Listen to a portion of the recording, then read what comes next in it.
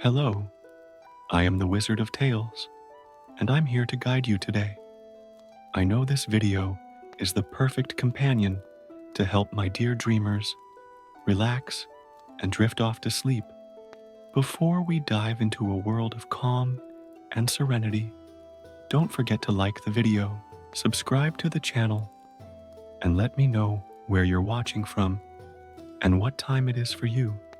Now, get cozy, take a deep breath, and let the magic of stories embrace you.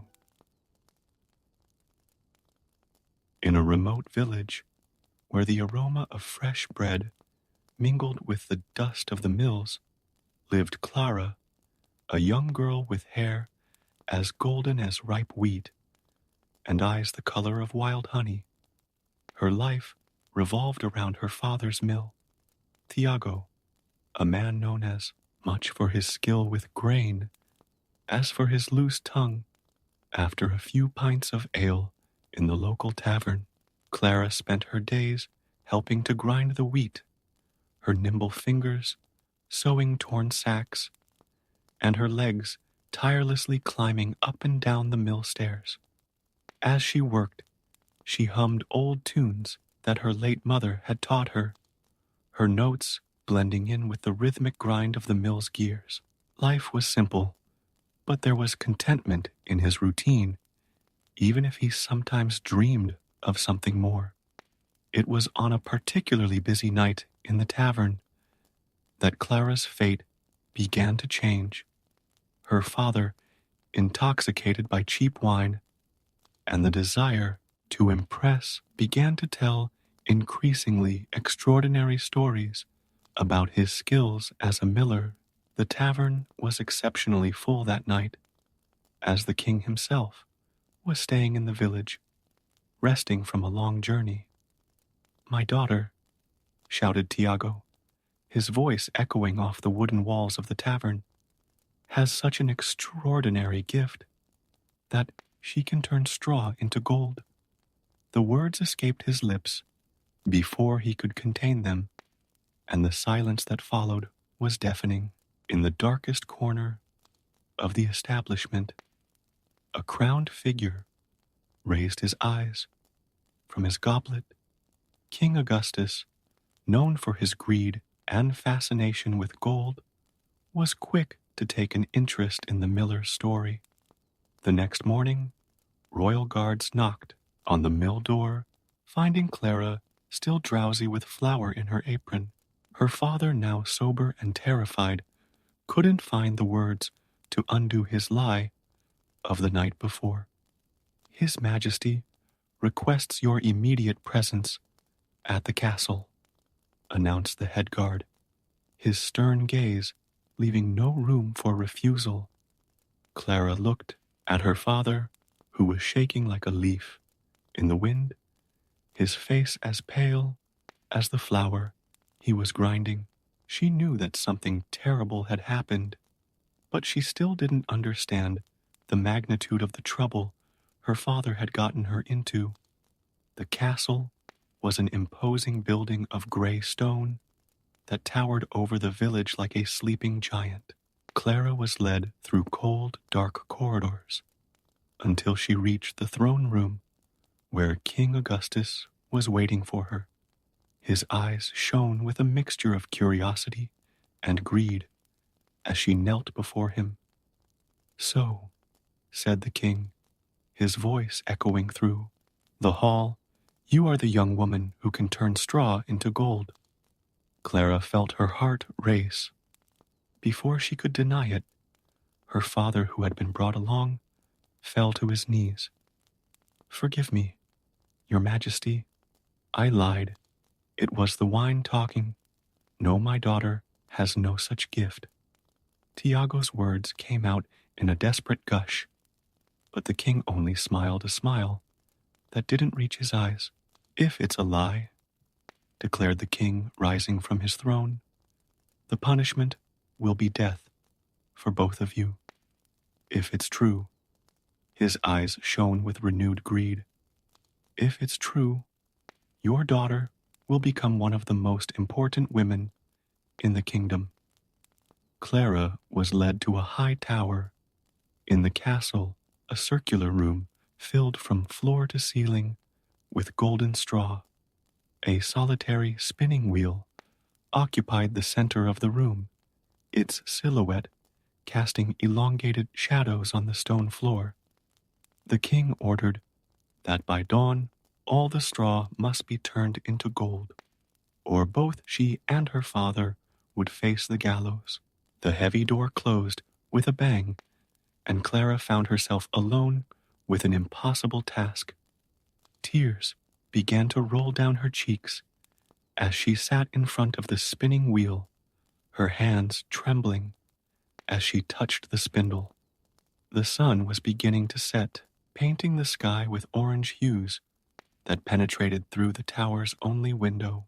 It was then that she heard a strange sound, like muffled laughter, coming from a dark corner of the room. Turning quickly, Clara saw a small, peculiar figure emerge from the shadows. It was a little man, no taller than a child, with a wrinkled face and a smile that seemed to hold all the secrets in the world. "It seems you're in trouble, my dear," he said, his voice surprisingly melodious. His eyes shone with an unearthly light, and his long, thin fingers moved constantly as if they were weaving invisible threads through the air. Clara, still trembling, watched the creature approach. "Who? What are you?" The little man bowed exaggeratedly, his smile widening even more. "Who I am is not important, my sweet girl. What matters is that I can help you with your little problem." He gestured to the straw that surrounded them. "I can turn all this into gold by dawn, but of course, my help comes at a price." Clara swallowed her eyes, alternating between the mysterious creature and the mountain of straw that surrounded her. The distant sound of guards patrolling the corridors reminded her of her desperate situation. With her father's life and her own at stake, what choice did she really have? What would the price be? She asked, her voice only a whisper. The elf pointed to the necklace. She wore a simple silver chain that had belonged to her mother. "Just this little memento you carry around your neck. A fair price for your life, don't you think?" Clara hesitated for a moment, her fingers gently touching the necklace. It was her only tangible reminder of her mother, but faced with the situation, there was no choice. With trembling hands, she removed the silver chain and held it out to the little being. The elf took the necklace with one swift movement, his eyes shining with satisfaction as the object disappeared into his robes. "Now, dear, watch the magic happen," he said, approaching the spinning wheel. His nimble fingers began to work with supernatural speed, and Clara watched in amazement as the straw passing through the spindle transformed into threads of pure, glittering gold. The night wore on as the elf worked tirelessly. Clara, exhausted by the tension of the day, ended up falling asleep in a corner of the tower, lulled by the rhythmic sound of the spindle. When the first rays of sunlight broke through the window, she awoke to find the tower full of coils of golden thread, shining like the sun itself. The elf had disappeared as mysteriously as he had appeared. When King Augustus entered the tower that morning, he could hardly contain his euphoria at the sight of so much gold. His eyes sparkled with even more greed than the night before. "Impressive," he exclaimed, running his fingers through the golden threads. "But it's still not enough." Clara's heart sank as the king led her to a second tower 3 times larger than the first, also filled to the ceiling with straw. "Tonight," he declared, "you will once again prove your extraordinary gift." And if you fail, he let the threat hang in the air, unnecessary to complete. Alone again, Clara allowed herself to cry. The sun was beginning to set when she heard the familiar laugh. The goblin emerged from the shadows, his eyes twinkling with mischief. Bigger problems call for bigger prices, he hummed.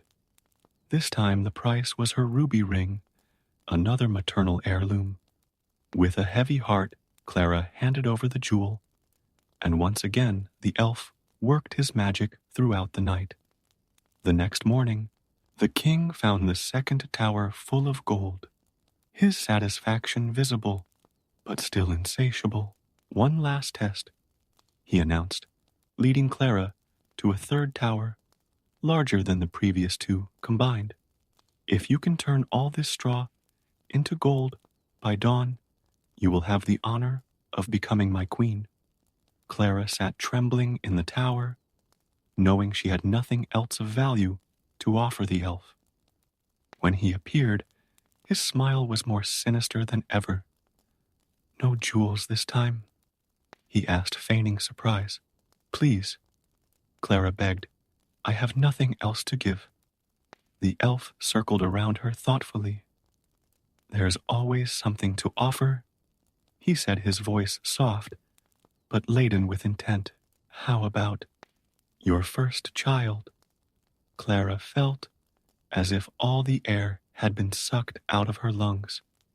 The proposal was monstrous, but with death imminent, what choice did she have? What if I don't get married? If I don't have children? Then you'll have nothing to pay, replied the elf, his eyes shining with superior knowledge. But if I do, the child will be mine. With tears in her eyes and a broken heart, Clara accepted the deal. Once again, the goblin worked through the night, turning the immense amount of straw into glittering gold. When the king arrived in the morning, his joy was indescribable. You've proved your worth 3 times over, he declared.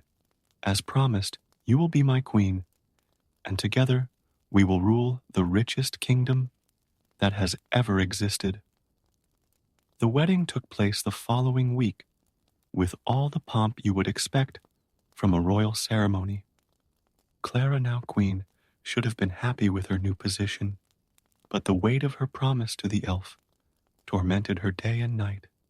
A year passed, and Clara gave birth to a baby boy with sapphire blue eyes. Her happiness was short-lived, for the same night the goblin appeared in her chambers. I've come to collect my debt, he announced, his eyes fixed on the sleeping baby. Please, Clara begged, clutching her son to her chest. Ask for anything, but not my son. The elf seemed to consider for a moment, scratching his pointed chin. Very well, he said at last. I'll give you 3 days. If you can guess my name, you can keep your son. If not, his smile turned cruel. Well, you know what will happen. Clara spent the rest of that sleepless night cradling her son while her mind swirled with possibilities. How could she find out the name of such a mysterious creature? The next day she sent messengers all over the kingdom to collect all the possible names from the most common to the most exotic. When the goblin returned the following evening, Clara recited dozens of names, John Michael Bartholomew Ricardo. With each attempt, the leprechaun just laughed and shook his head. Wrong, wrong, wrong, he chanted, clearly amused by her despair. The second day passed in the same way, with Clara trying more and more obscure names. Melchizedek, Nebuchadnezzar, Heliodorus. Again, only laughter was her response. The elf seemed increasingly confident of his victory. On the eve of the third and final day, Clara was on the verge of despair. Her eyes red and swollen from crying, she watched her baby sleeping peacefully in his crib, oblivious to the terrible fate that might await him. It was then that one of her younger messengers, a boy called Pedro, burst into her chambers, panting and wide-eyed with excitement. "Your Majesty," he exclaimed, trying to catch his breath, "I have some news that might interest you." The boy told her that while riding through the densest forest in the kingdom, he had gotten lost and found a clearing lit by an unusual bonfire, whose flames danced in shades of green and blue. Clara listened intently as Peter described a small figure dancing around the fire, singing and jumping around frantically. "He sang about how no one would ever guess his name," said the messenger, and then he shouted at the moon, "Not even the queen will know that my name is Rumpelstiltskin." Clara's heart raced when she heard those words. Could it be true? Was this the name of the creature that tormented her? She hugged Peter, tightly rewarding him generously for his discovery, and spent the rest of the day rehearsing the strange name, fearful of forgetting it at the crucial moment. When evening came, the elf appeared as promised, his smile more smug than ever. "Well, my queen," he said, approaching the cradle, "this is your last chance. After today, the baby will be mine forever." Clara feigned hesitation, as if she was still uncertain. She began to recite a list of common names, watching the elf become more and more confident with each wrong attempt. "Maybe Gaspar," she suggested, watching him shake his head negatively. "Or who knows? Balthazar." The elf was already approaching the cradle, his hands outstretched towards the baby, when Clara finally said, "Or would it be Rumpelstiltskin?" The effect was instantaneous. The elf froze in place, his eyes widening in shock and disbelief. "Impossible!" he shouted, his shrill voice echoing through the rooms. "How did you find out who told you my name?" His fury was terrible to witness. The little being started jumping and stomping his feet so hard that the stone floor cracked under his feet. Its face, once cunning and controlled, contorted into a mask of pure rage. "This isn't fair. It's not fair," he screamed as his body began to emit a strange light. Clara shielded her eyes, as an intense flash filled the room, accompanied by a deafening sound, like very close thunder. When the light subsided, and she could see again, Rumpelstiltskin had disappeared. On the floor where he had been, there was only a dark smoking mark. The baby, surprisingly, hadn't woken up during all the commotion. Clara ran to the crib and took her son in her arms, tears of relief streaming down her face as she held him. Finally, she was free of the terrible promise she had made. In the weeks that followed, Clara shared her story with the king, who was horrified to learn of the danger his son and heir had been in. Repenting of his greed, he ordered that all the gold produced by the goblin's magic be distributed among the kingdom's needy, keeping only enough to ensure a comfortable life for his family. Clara's father's mill was renovated and turned into a meeting place for travelers to share their stories, always with a special warning about the dangers of making rash promises to magical creatures. Tiago never drank to excess, again dedicating himself to being a present grandfather and storyteller for his grandchildren. Clara herself discovered that her true wealth lay not in gold or the position of queen, but in the love for her son and the wisdom gained through her experience. She became known not only as the queen who defeated the goblin, but as a fair and compassionate ruler, always ready to listen and help her people. At night, when she sang her son to sleep, Clara sometimes thought she heard a distant echo of laughter in the forest, but she never saw the mysterious Rumpelstiltskin again. The mark on the floor of her chambers remained, resisting all attempts to remove it, as a silent reminder of the price she almost had to pay for a lie and a thoughtless promise. Over the years, the story spread throughout the kingdom and beyond, being told and retold in taverns, fireplaces, and cradles, always with an important lesson that a person's true worth lies not in what they can produce, but in the love they carry in their heart and the honesty of their words. Over the years, the kingdom prospered under the compassionate leadership of Clara and King Augustus, who had learned valuable lessons about greed and humility.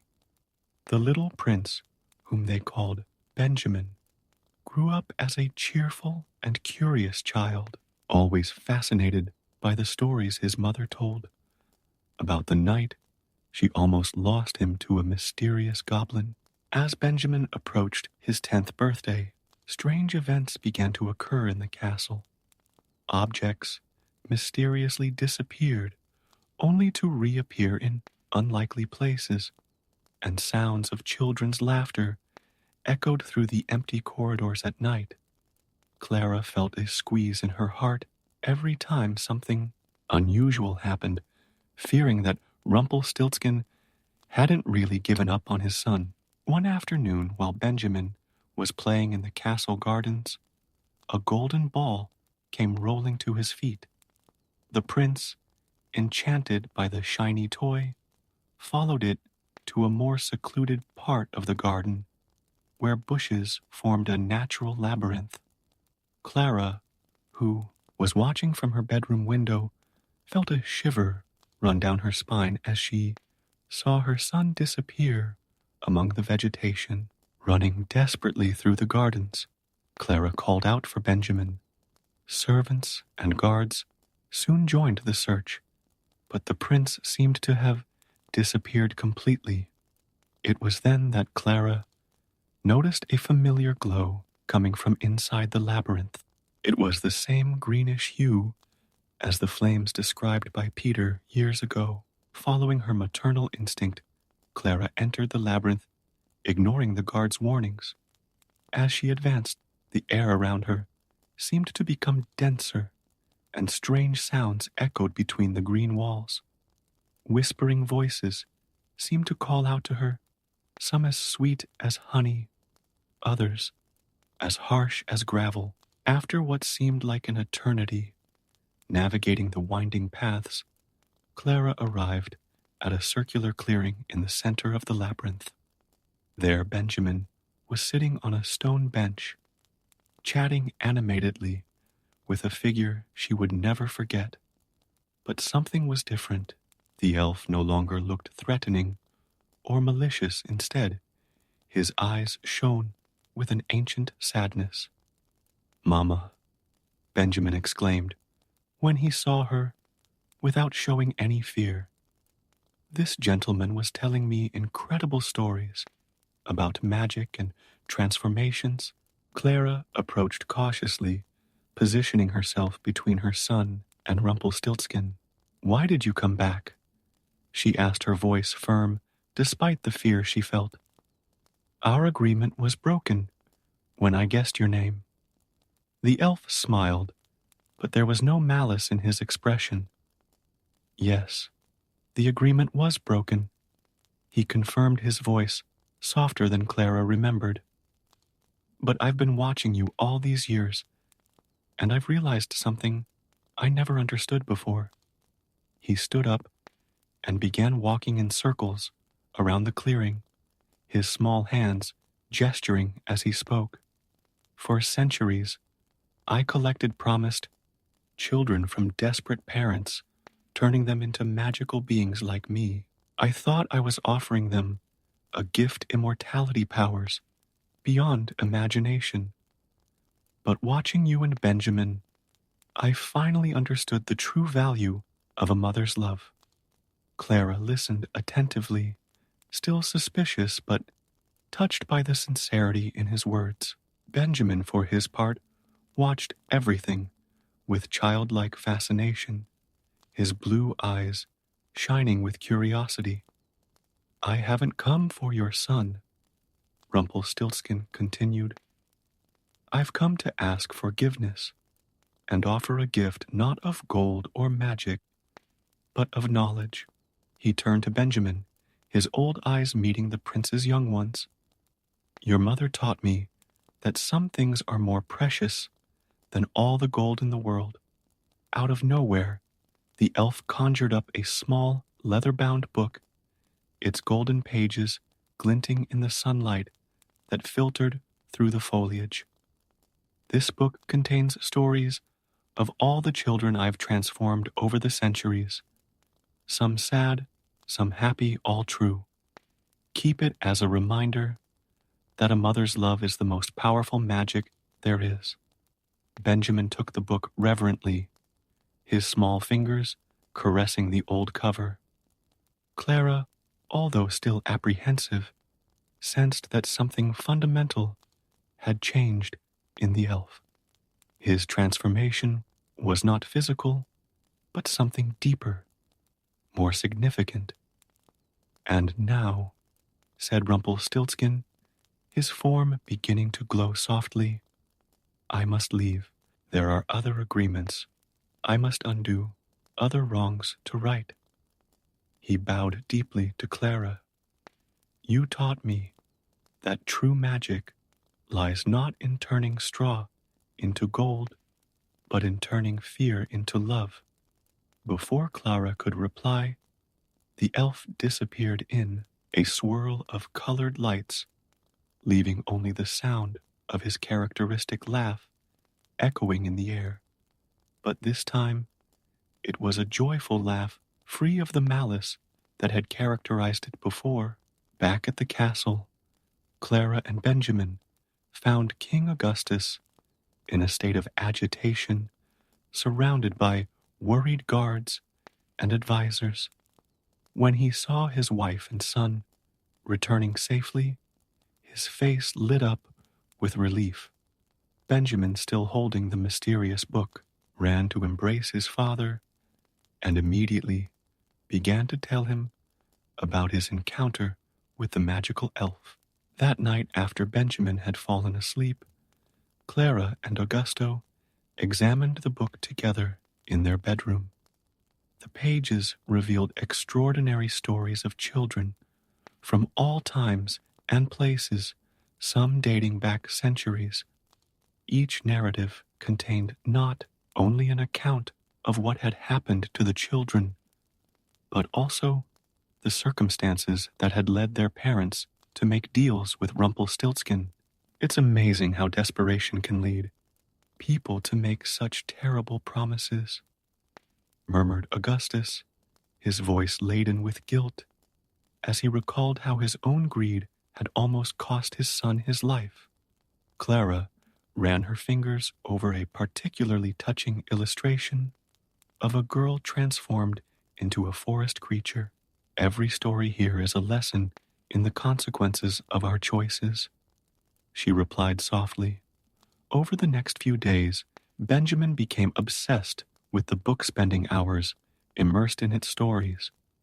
Clara noticed that her son was beginning to show a wisdom beyond his years, often making insightful observations about people's motivations and the value of family love. One morning, while walking through the castle gardens, Clara found a small golden sprout growing exactly where Rumpelstiltskin had disappeared. As the days passed, the sprout developed into a unique plant, with leaves that looked like they were woven from pure gold, but were soft and alive to the touch. News of the golden plant spread quickly throughout the kingdom, and soon people were making pilgrimages to the castle to see it.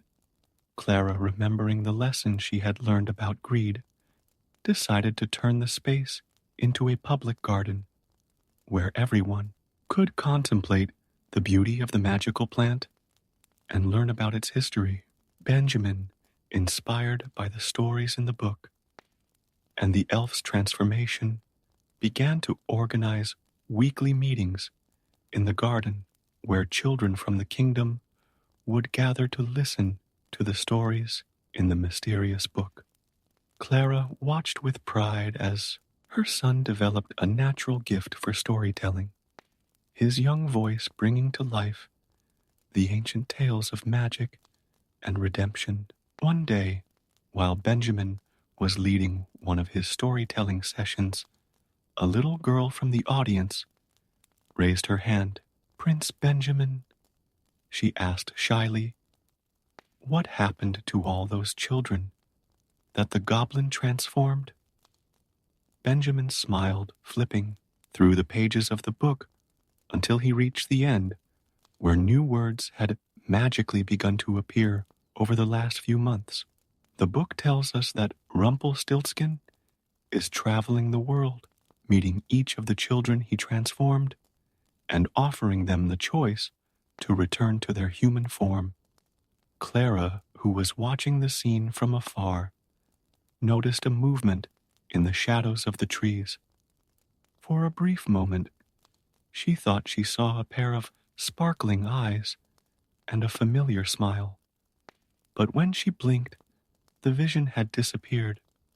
As the years passed, the kingdom prospered, not only in material wealth, but in wisdom and compassion. Clara established a tradition every year. On the date she had guessed the elf's name, the castle opened its doors for a great celebration where stories were shared and promises renewed to value love above any material treasure. Benjamin grew up to become not just a prince, but a keeper of stories. The mysterious book continued to fill with new tales, now not just of magical transformations, but of transformations of the heart. Some people swore they had seen a small, peculiar-looking man visiting the Golden Garden on full moon nights, but he never appeared directly to Clara or her family again. On the eve of Benjamin's 16th birthday, Clara found a small package in his room. Inside were 3 objects she thought she would never see again: his old silver necklace, the ruby ring, and a note written in elegant old handwriting. "Dear Clara," the note said, "these belonged to your mother, and now they return to you. I have learned that some heirlooms are too precious to be traded. Keep sharing your wisdom with the world, because your story has changed not only my life, but the lives of countless others. With eternal gratitude, R." Clara placed the necklace and ring in a small glass box, which was displayed in the Golden Garden, along with the storybook, which magically duplicated itself whenever someone needed it. The place became known as the Garden of Promises, a place where people came not just to admire the beauty of the golden plant, but to remember that true love and honesty are the greatest riches one can possess. And so, what began as a lie, born of a drunken father's vanity, became a story of redemption, love, and the most powerful of magics, the capacity of the human heart to change and grow. Clara Benjamin and the whole kingdom learned that sometimes the greatest treasures are not those that shine like gold, but those that shine with the light of love, wisdom, and forgiveness.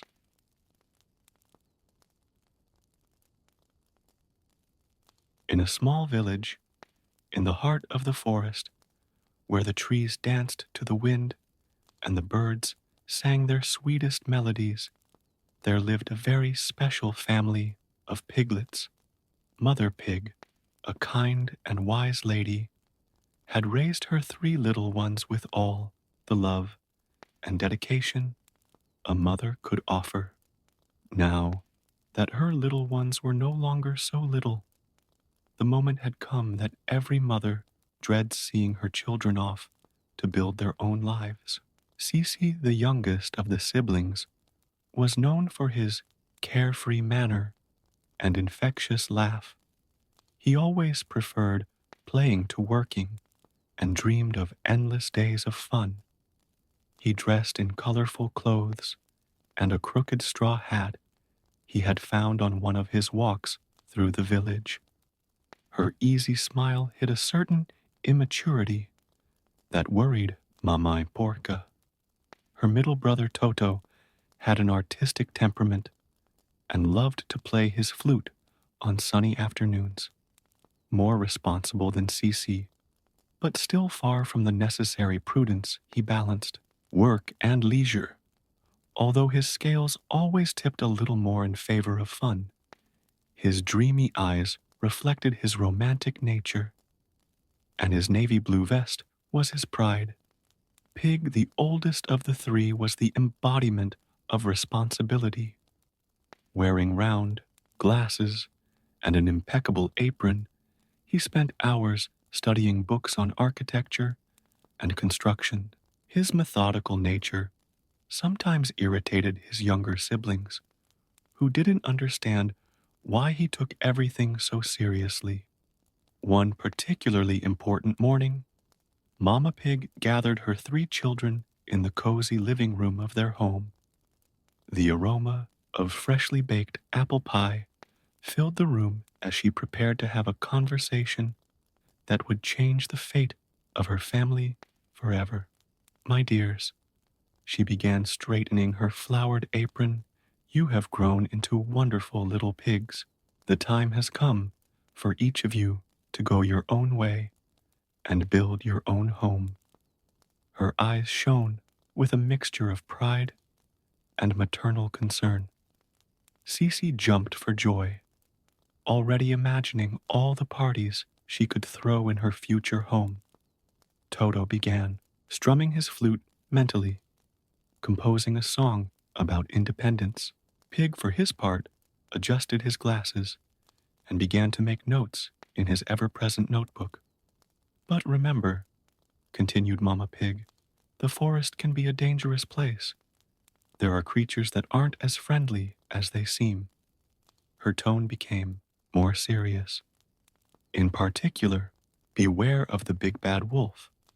The 3 brothers had heard stories about the dreaded big bad wolf. They said he was a cunning and hungry creature who loved to play tricks on the forest dwellers. His yellow eyes glowed in the darkness, and his breath was so strong that it could knock down small trees. Don't worry, Mama, said Cece with a carefree smile. I'll build my house quickly and have a housewarming party. I'm going to make it a nice cozy house, added Toto, playing a few happy notes on his flute, with a special place for my musical performances. Pig just shook his head, worried about his brother's carelessness. A house needs to be strong and secure, he commented. It's not something you build overnight. Mama Pig gave each of them a small bundle containing provisions and basic tools. Then she hugged them at length, her silent tears wetting the soft fur of her cubs. Always remember what I have taught you, she said. Work hard and help each other. The next morning, the 3 brothers set off in different directions through the forest, each carrying their belongings and dreams. The sun rose lazily through the trees, painting the sky in shades of pink and orange, as if nature itself was blessing this new journey. As they walked along, they didn't notice a pair of yellow eyes watching them from afar. Hidden among the shadows of the oldest trees in the forest, the big bad wolf was licking his lips in anticipation of the feast that those 3 chubby little pigs would provide. The forest, apparently peaceful, that morning held its own secrets and dangers. The ancient trees whispered stories of other animals who had underestimated the threats that resided there. The wind carried not only the dry leaves, but also the echoes of unheard warnings. And so began the great adventure of the three little pig brothers, each going their own way, each about to learn valuable lessons about responsibility, hard work, and perseverance. What they didn't yet know was that their choices in the coming hours and days would define not only the kind of home they would have, but also the kind of piggies they would become.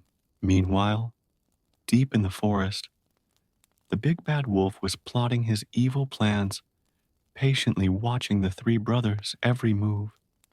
His sinister laugh echoed softly through the trees, promising to turn this adventure into something far more challenging than any of the little pigs could have imagined. The sun was already high in the sky when Cece, the youngest of the brothers, found an open field full of golden straw. Her eyes lit up at the discovery, and a mischievous smile appeared on her rosy muzzle. Perfect, he exclaimed, straightening his crooked straw hat. With all this straw, I can build my house in no time and still have time for a nap. Meanwhile, not far away, Toto wandered through the forest, playing his flute, enchanting the birds that followed him. His footsteps led him to a clearing where several tree trunks had been blown down by a recent storm. What luck, he thought, stowing his flute in the pocket of his navy blue vest. This wood will be perfect for my musical house. Pig, for his part, walked methodically, consulting a map he had drawn during his research. He was looking for the ideal spot near a water source on firm ground and with good visibility. After a few hours of meticulous searching, he found exactly what he was looking for, an elevated spot near a crystal clear stream with a small deposit of clay perfect for making bricks. Cece worked with haste and carelessness, gathering large bundles of straw and tying them together clumsily. The quicker I finish, the more time I'll have to play, he hummed as he stacked the straw anyway. In a few hours, he had built something that vaguely resembled a house, an unstable structure that swayed in the slightest breath of wind. Toto devoted a little more time to its construction. Between musical breaks, he sawed logs and stacked them, creating walls that, although not perfectly aligned, seemed reasonably firm. He even created a small stage in one corner of the house where he could perform his concerts for the forest dwellers. In the area he had chosen, Pig began his meticulous work. First, he prepared a kiln to fire the bricks he would mold from the local clay. One bad brick can compromise the whole structure, he muttered to himself, carefully measuring each block before firing it. The big bad wolf watched each of the brothers from a distance, surprised by the different approaches they took. His yellow eyes shone with satisfaction as he saw the fragility of Cece's house. That'll be my appetizer, he thought, licking his lips. Toto's house didn't look very challenging either, but Pig's dedication irritated him deeply. As the day progressed, Cece had already finished her house and was organizing a small housewarming party. She invited some rabbits and squirrels from the neighborhood who looked worriedly at the shaking straw walls, but didn't want to disappoint the cheerful Pig. Look at that, boasted Cece, dancing in circles. I finished my house in one day. Who needs so much work when you can do something so fast and fun? The forest animals exchanged apprehensive glances, but smiled politely. Toto was also making progress with his construction, albeit more slowly. In between hammering, he often stopped to play his flute, claiming that music helps the wood fit together better. His house was beginning to take shape with irregular windows and a door that creaked melodiously, while his younger brothers could already see the end of their work. Pig was still in the early stages of construction. Each brick was carefully inspected before being laid, and the foundation was measured and remedied to ensure total stability. At night, when Cece was sound asleep in her straw bed, and Toto was strumming the last notes of the day on his flute, Pig was still working by lamplight, consulting his books and making precise calculations for the next day. The big bad wolf, hiding in the shadows, watched everything with growing impatience. The straw house would be his first visit, that was for sure. After that, that shabby wooden structure wouldn't last long. As for the brick house, well, he'd have to think of something special for that one. The next few days brought more of the same Cece, enjoying her new life, off organizing parties and playing games Toto, alternating between working on his house and giving small concerts for his admirers in the forest. And Pig, methodical and tireless, continuing his construction, brick by brick. The wind whispered between the ancient trees of the forest, carrying with it the omen that soon those three different approaches to life would be put to the test. The dark clouds that were beginning to form on the horizon seemed to echo the approaching threat, but only Pig seemed to notice the signs of danger. Mother Pig, in her house in the village, looked out of the window every night, thinking of her three cubs. Her maternal heart knew that challenges awaited them, but she also trusted that the lessons she had tried to teach them would eventually make sense, even if the hard way. And so, as the moon rose in the starry sky, three different fates were being sealed, one by haste and carelessness, another by partial dedication, and the third by prudence and perseverance. What none of the brothers knew was that their choices would soon be tested in the most dramatic way possible. The morning arrived with a different air in the forest. The wind blew stronger than usual, and the dark clouds on the horizon announced that changes were to come. The big bad wolf, who had been patiently waiting for the right moment, decided it was time to put his plan into action. Cece was in his straw house, lying in a makeshift hammock, humming nonchalantly. After a few days, his house was already showing clear signs of deterioration. Parts of the roof were beginning to crack, and the walls were shaking every time a strong breeze blew through. Knock, knock, knock. The sound echoed through the fragile structure, making Cece jump with fright. "Who's there?" he asked, his voice shaking slightly. "It's me, a tired traveler in need of shelter," replied a gruff voice from outside. It was obviously the big bad wolf, trying to disguise his voice. Cece, despite being carefree, remembered her mother's warnings. "I'm sorry," she replied, "but I can't open the door to strangers." The big bad wolf, losing patience, revealed his true nature. "Then I'll blow and blow until your house falls down." And filling his huge lungs with air, he blew as hard as he could.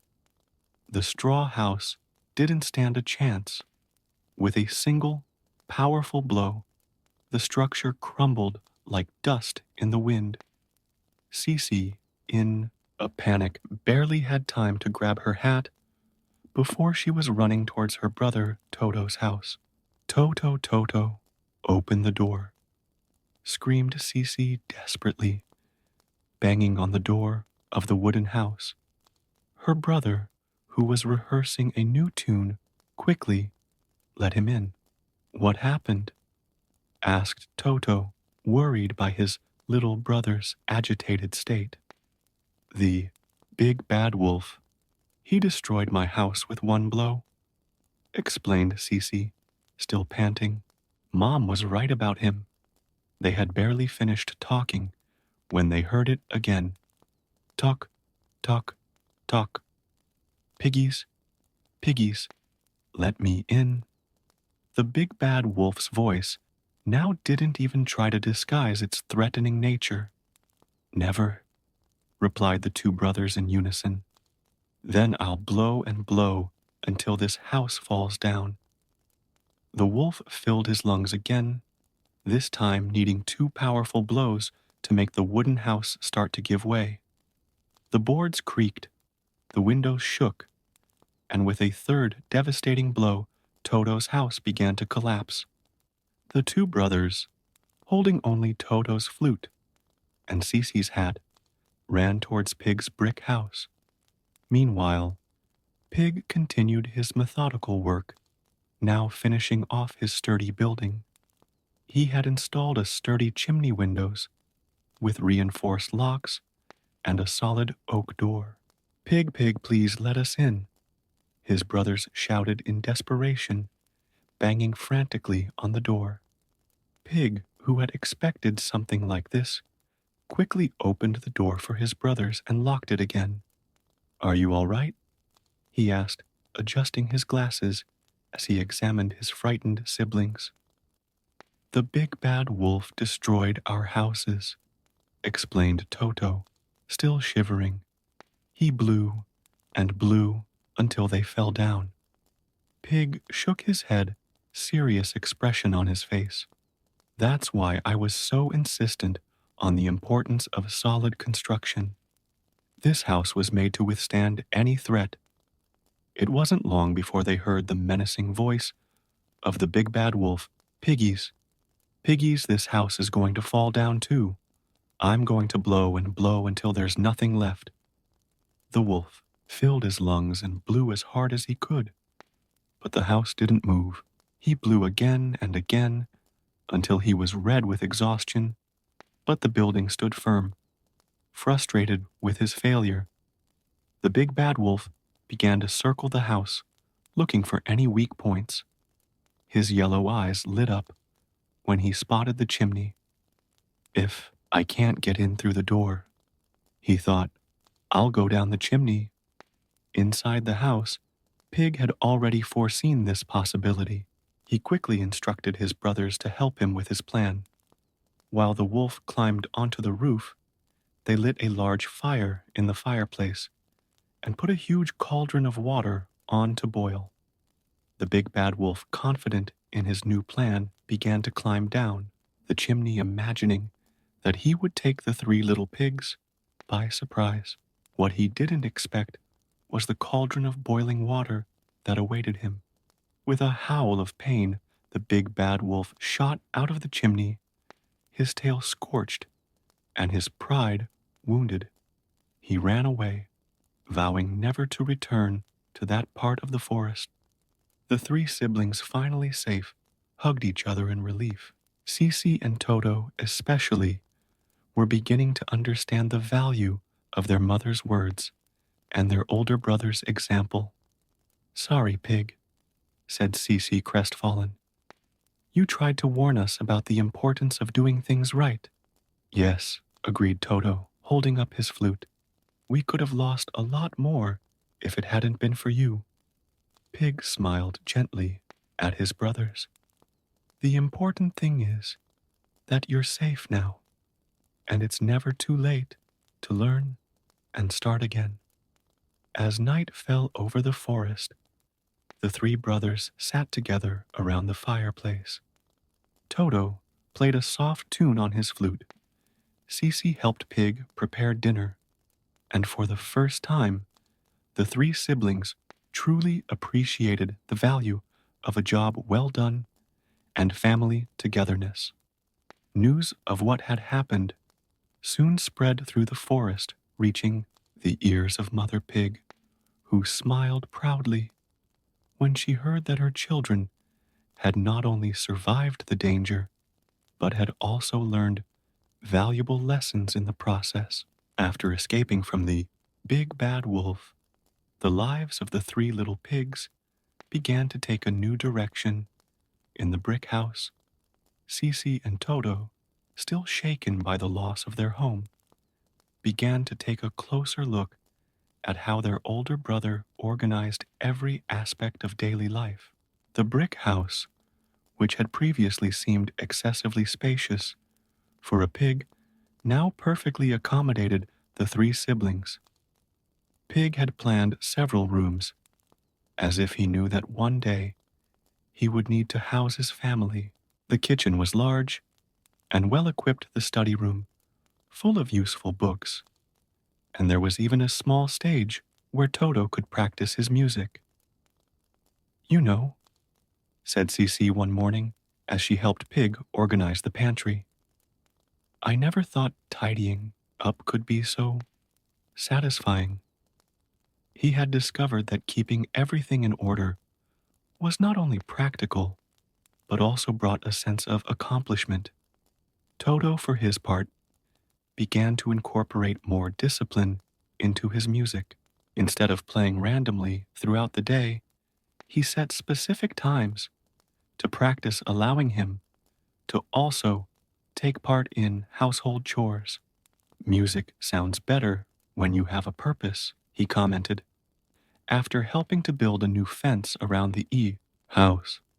Pig watched the changes in his brothers with silent satisfaction.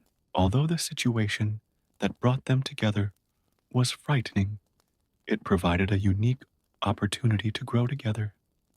He began to teach his brothers about construction, sharing his knowledge in a patient and methodical way.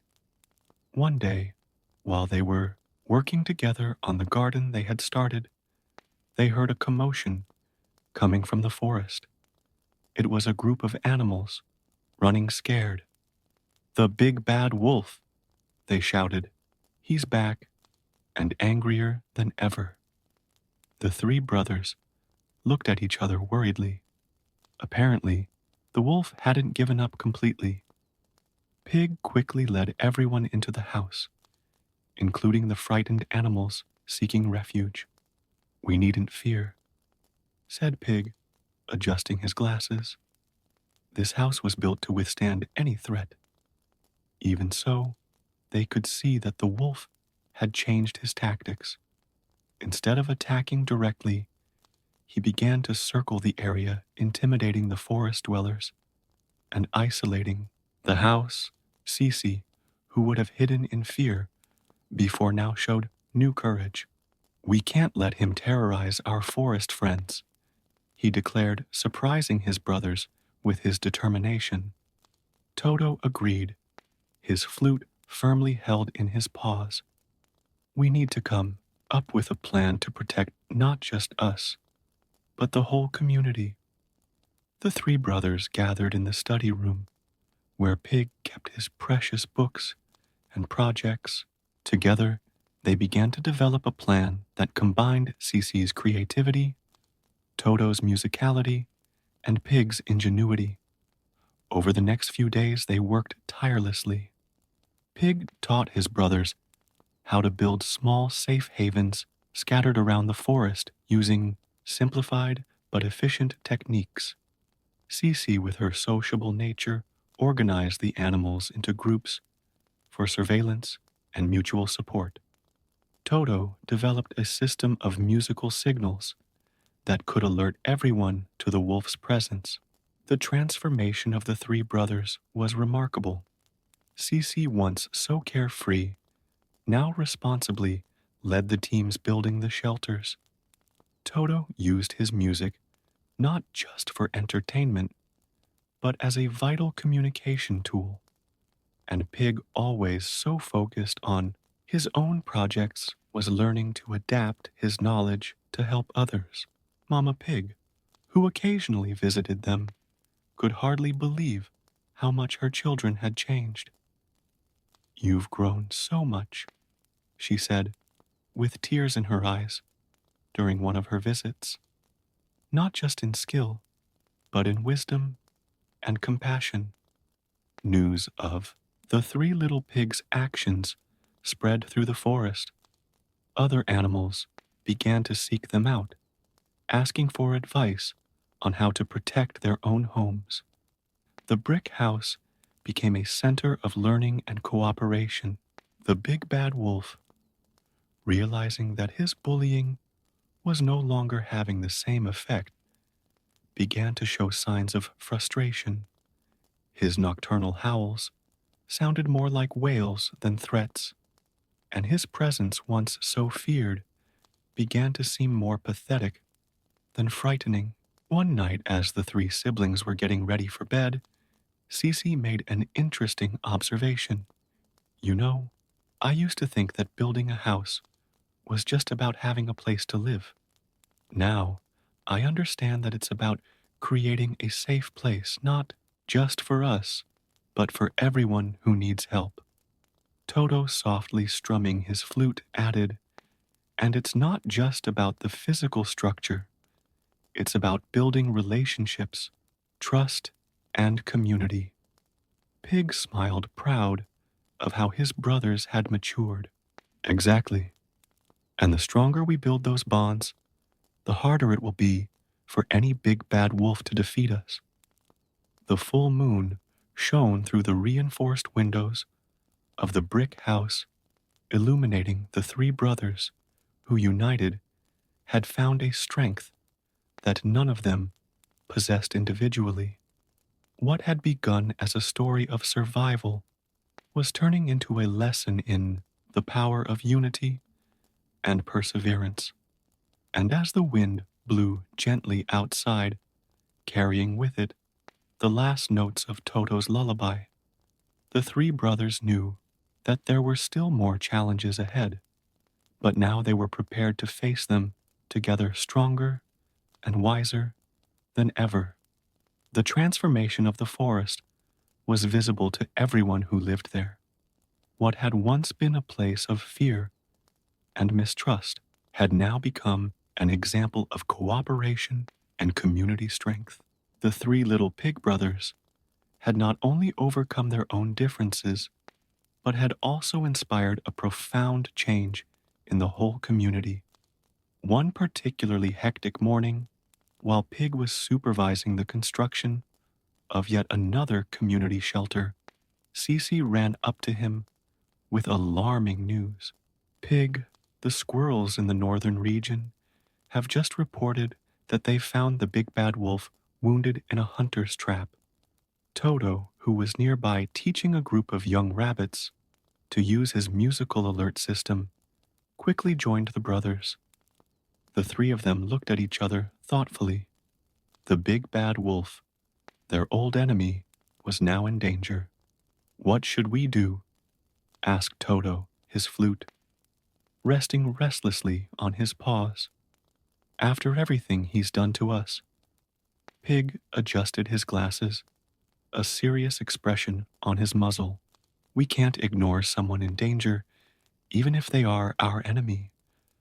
Mom always taught us about compassion, remember? Cece, who had matured so much, nodded. Pig is right. Besides, maybe this is an opportunity to show Lobo that there is a better way to live. The three brothers quickly organized a rescue team. Pig brought his first aid kit, Toto prepared a makeshift stretcher, and Cece gathered some of the strongest animals in the forest to help with transportation. When they found Lobo, the scene was heartbreaking. He was thin, his once lustrous fur was now dull, and his hind paw was caught in a cruel trap. When he saw the three little pigs approaching, his yellow eyes widened with a mixture of fear and shame. Have you come? Have you come to laugh at me? He asked, his voice hoarse and weak, very different from the powerful howls of yesteryear. No, replied Pig, gently approaching with care. We've come to help. The wolf remained silent as the brothers worked together to free him from the trap. Pig used his technical knowledge to dismantle the mechanism, while Toto softly played his flute to calm the wolf, and Cece organized the other animals for transport. Why are you helping me? Asked the wolf. confused as he was carefully placed on the stretcher. "After everything I've done, because it's the right thing to do," replied Cece, simply a wisdom in her voice that would have surprised her younger self. They took the wolf to the brick house where Pig had prepared a space for his recovery.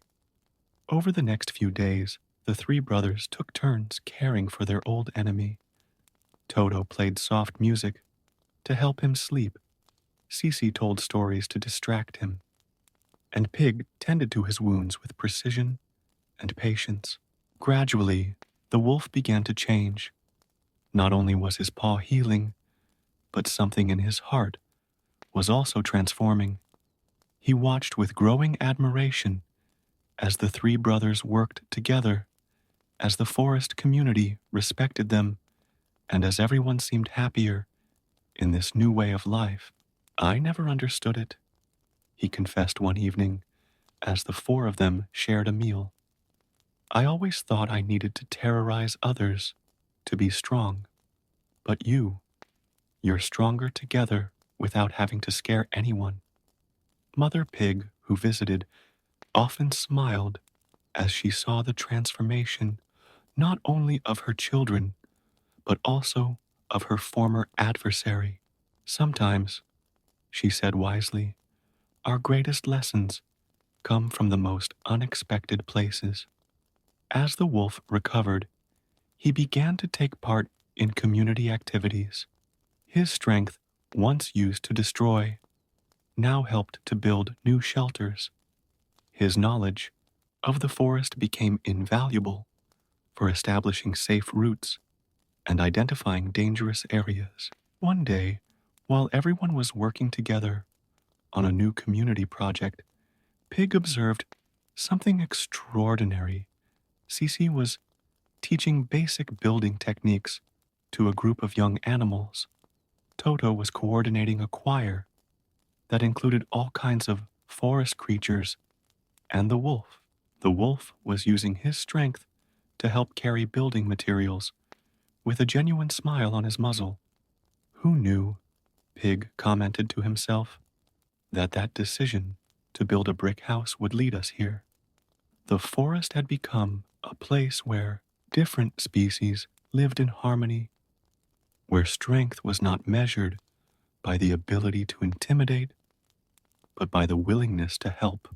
The brick house, which began as a refuge for a prudent little pig, became a symbol of unity and hope for the whole community. And so, the story of the three little pigs continued to inspire generations, not just as a tale about the importance of a job well done, but as a lesson in the power of perseverance, compassion, and the capacity for transformation. Even the most unlikely of enemies could become a friend, and even the most carefree of brothers could become a responsible leader. The moon continued to shine over the brick house every night, illuminating not just a well-built structure, but a home where wisdom, music, and joy mingled in perfect harmony. And if you pass through that part of the forest today, you can still hear Toto's melodies, Cece's laughter, Pig's wise advice, and surprisingly, the friendly howl of a wolf who has learned that true power lies in togetherness and love.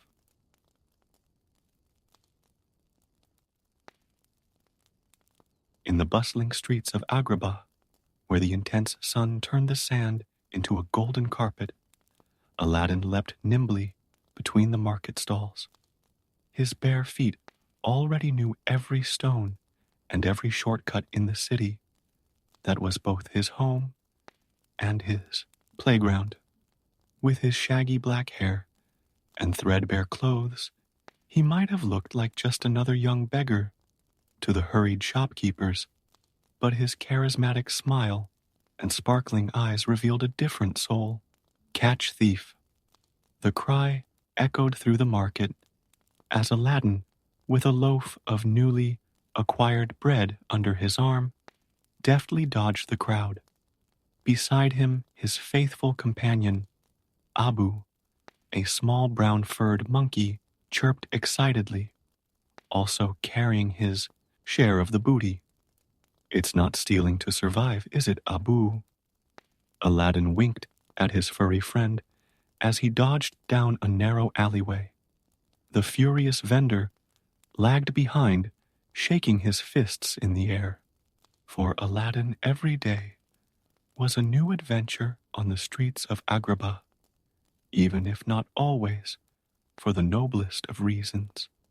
At the same moment, inside the majestic palace that towered over the city like a glittering jewel, Princess Jasmine watched the horizon from her golden balcony. Her long black hair danced in the brief desert breeze, while her pet tiger Raja rested lazily at her feet. The princess sighed, bored with the walls that imprisoned her and the rules that dictated her life. Another suitor today, Raja, she murmured, stroking the tiger's head. Another arrogant prince who only sees a crown, not a person. The animal growled in sympathy. The laws of the kingdom were clear. Jasmine had to marry a prince before her next birthday, which was fast approaching. Meanwhile, in the depths of the palace, Grand Vizier Jafar was plotting in his gloomy office. Tall and slender, with his black and red robes and snake-shaped staff, he was the embodiment of ambition. Next to him, Iago, his sarcastic red parrot, watched as the vizier consulted ancient scrolls. The lamp must be somewhere, Iago, Jafar muttered, his black eyes shining with malice. And when I find it, not even the Sultan can stand in the way of my destiny to rule Agrabah. His obsession with the legendary magic lamp grew by the day, as did his plans to usurp the throne. Back on the streets, Aladdin finally reached his refuge, an abandoned building at the top of the city with a privileged view of the palace. Sharing his bread with Abu, he watched the sun set over the golden domes. Look at that, Abu, he said, pointing to the palace. People with so much, while others have so little.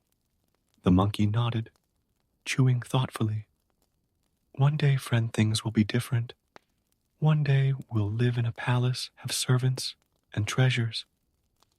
His reverie was interrupted by a commotion in the streets below.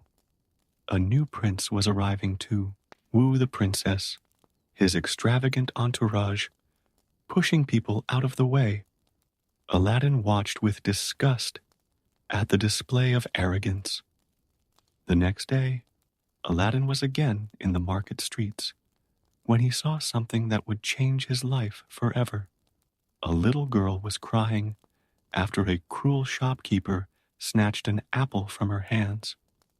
Without thinking twice, Aladdin grabbed an apple from another stall and handed it to the little girl, who smiled gratefully before running off. It was at that moment that he saw her, a young woman of extraordinary beauty, watching the scene with approval. Jasmine had escaped from the palace, disguised in simple clothes, determined to experience life beyond the royal walls. Their gazes met, and something inexplicable passed between them. Before Aladdin could approach, palace guards appeared searching for the missing princess. In the ensuing confusion, a mysterious old man approached Aladdin, whispering about a magical cave in the desert and a treasure that could change his life. Only someone with a pure heart can enter the Cave of Wonders, said the old man, who was actually Jafar in disguise. Someone like you, young man. Aladdin, still thinking about the mysterious market girl and dreaming of a better life, didn't notice the malice in the old man's eyes. He accepted the proposal, unaware that he was about to be involved in an adventure far greater than he could have imagined. That night, as the moon illuminated the desert dunes, Aladdin and Abu followed the mysterious old man out of the city. The Cave of Wonders appeared out of the sand like an apparition, the head of an enormous tiger with eyes as bright as rubies. Remember, warned the old man, bring me only the lamp. All the rest of the treasure you find will be yours. His words were honey, but they hid poison. Aladdin looked at Abu, who was clinging nervously to his shoulder. Well, friend, what could possibly go wrong? He smiled, trying to hide his own apprehension.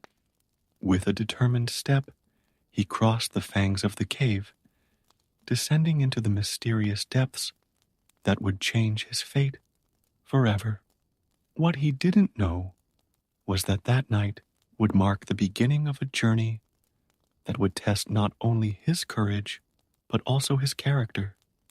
Story where he would discover that true riches don't always shine the brightest, and that love can be found in the most unexpected places. Meanwhile, above the city, Princess Jasmine was also thinking about the kind young man she had met in the market, without imagining that their paths were about to cross in ways that neither of them could have foreseen. The darkness of the Cave of Wonders engulfed Aladdin and Abu as they descended a long stone staircase. The young man held a torch that the mysterious old man had given him, its dancing flames casting sinister shadows on the ancient walls. Abu clung tightly to his friend's shoulder, his small eyes wide with apprehension. Calm down, Abu, whispered Aladdin, trying to sound more confident than he really felt. Think of all the treasures we can find down here. We'll never have to steal to eat again. As they advanced, the cave opened up into a gigantic chamber that took Aladdin's breath away. Mountains of gold jewels and precious artifacts stretched as far as the eye could see, shining like earthly stars in the light of his torch. Abu immediately jumped off Aladdin's shoulder, mesmerized by an enormous ruby the size of an orange. Abu, no, Aladdin warned, remembering the old man's warning. We can only touch the lamp. Remember. The monkey pouted, but reluctantly moved away from the tempting jewel. As they crossed the sea of riches, Aladdin couldn't help thinking about the girl in the market. With all that wealth, perhaps, he could impress her, offer her a life of comfort and luxury. His thoughts were interrupted when something caught his eye, an ornate carpet floating a few centimeters above the ground. Abu, do you see that?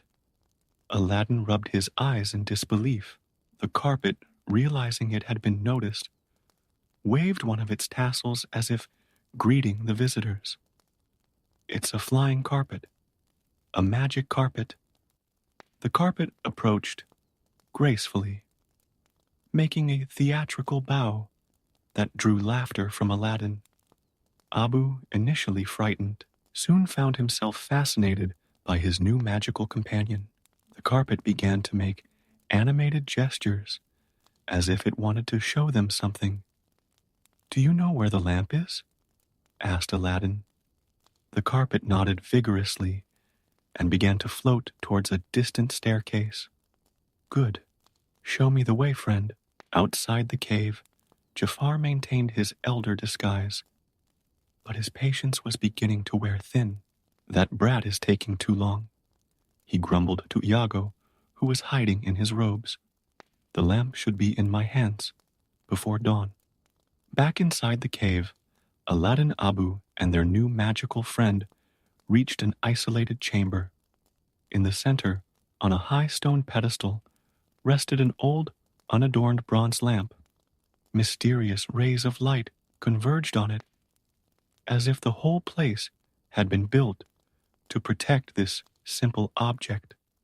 All this way for that old lamp, Aladdin commented, carefully climbing the steps of the pedestal.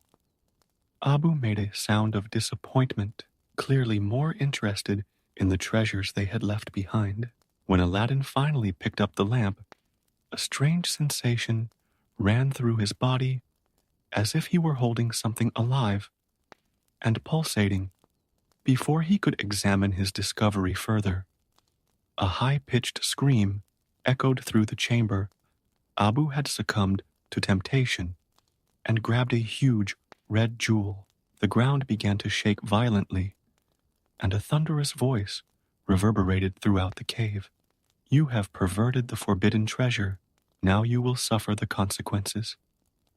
Abu, what have you done? Aladdin shouted as the walls began to crumble and bubbling lava gushed out of the ground.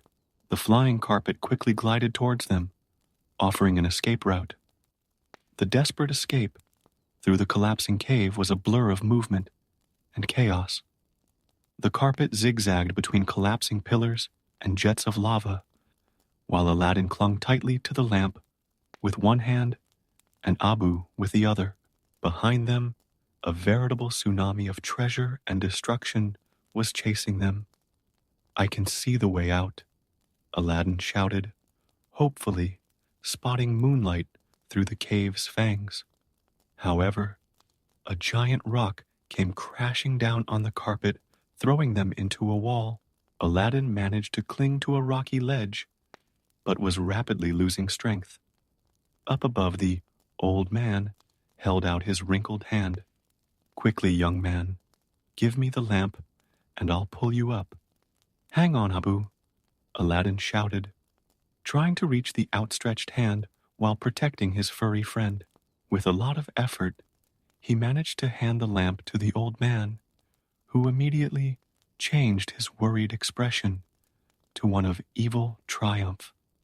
Finally, Jafar exclaimed, his voice returning to normal as he ripped off his disguise.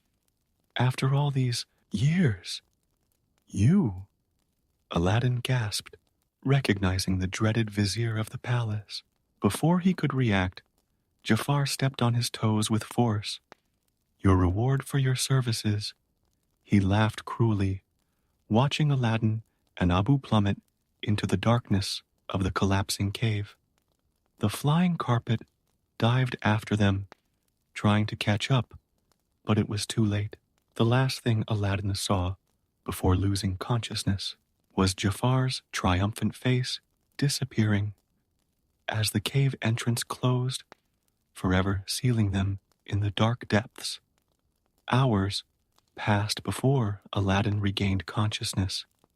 He was lying in a small, natural cave, dimly lit by phosphorescent crystals on the walls. Abu and the flying carpet were beside him, the monkey anxiously trying to wake him up.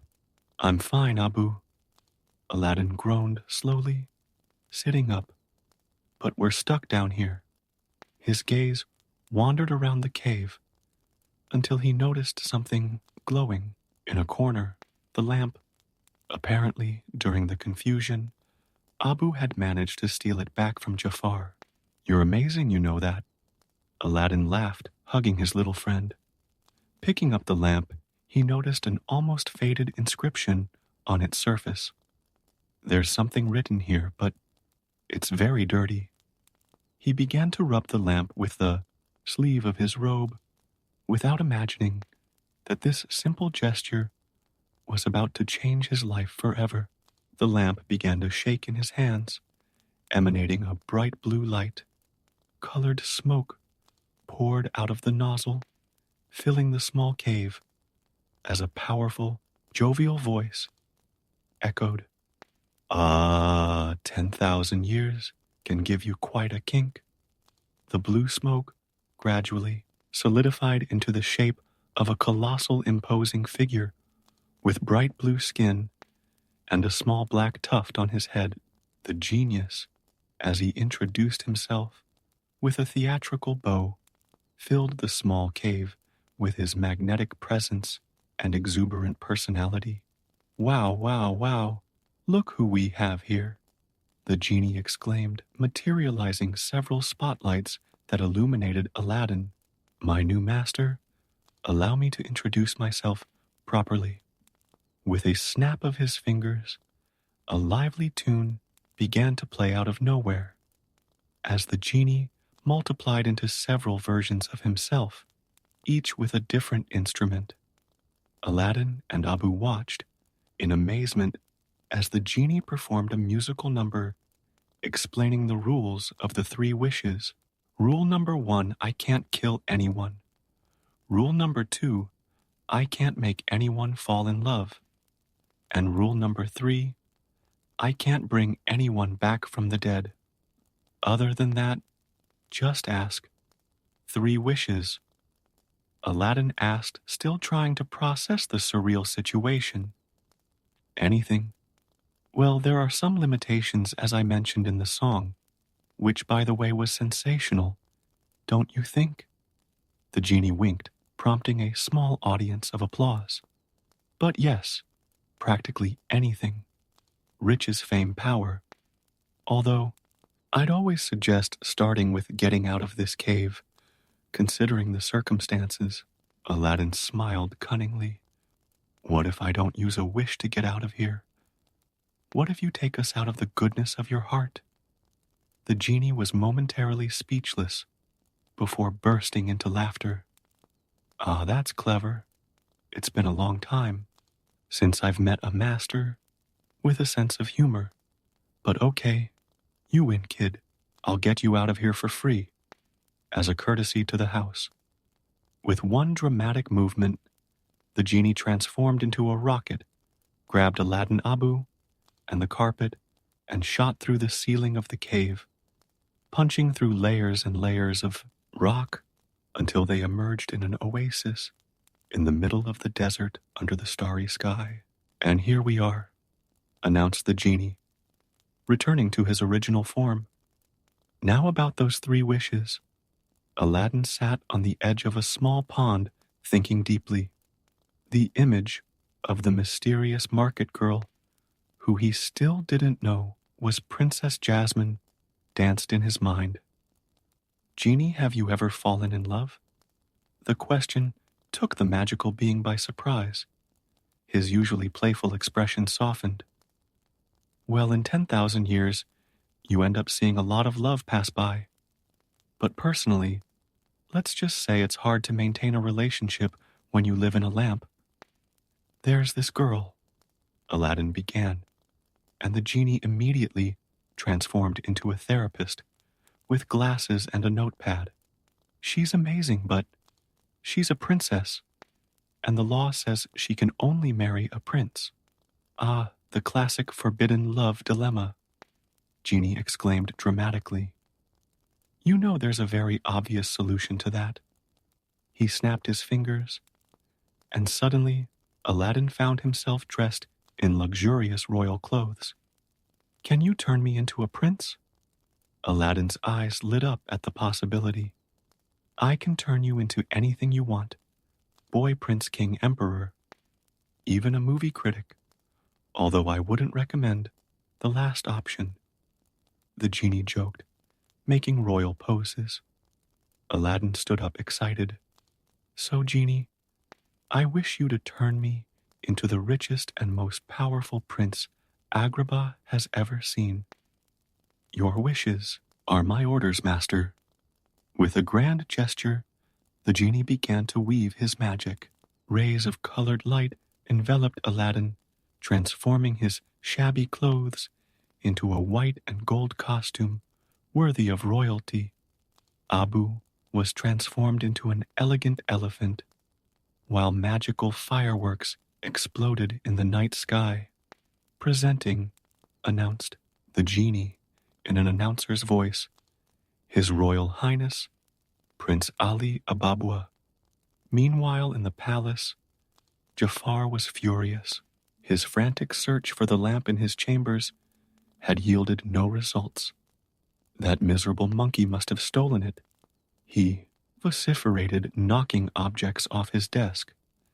Maybe it's time to change tack, suggested Iago, his parrot.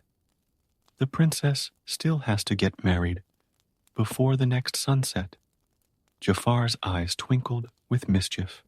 Yes, perhaps it's time to convince the Sultan to see things my way. His snake-shaped staff began to glow ominously. The next morning, Agrabah awoke to an unprecedented spectacle. A grand procession was crossing the city streets, led by a young prince on a majestic white elephant. Dancers, musicians, and servants handed out gold coins to the amazed populace.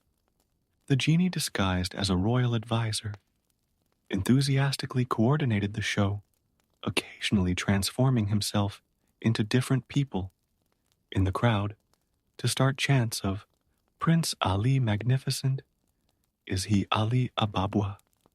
At the palace, Jasmine watched the procession from her balcony with disinterest.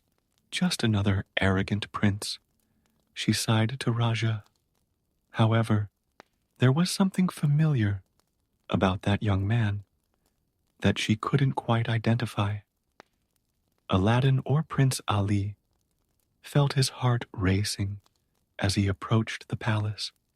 Under all that luxury and pomp, he was still the same boy from the streets, dreaming of winning the heart of a princess. What he didn't know was that his journey of self-discovery had only just begun, and that the greatest lessons about love, honesty, and courage were yet to come. The big question on his mind was how long could he keep up this charade?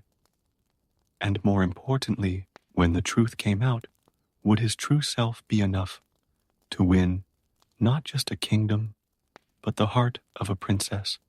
The great hall of the palace shone with sunlight through the colorful stained glass windows.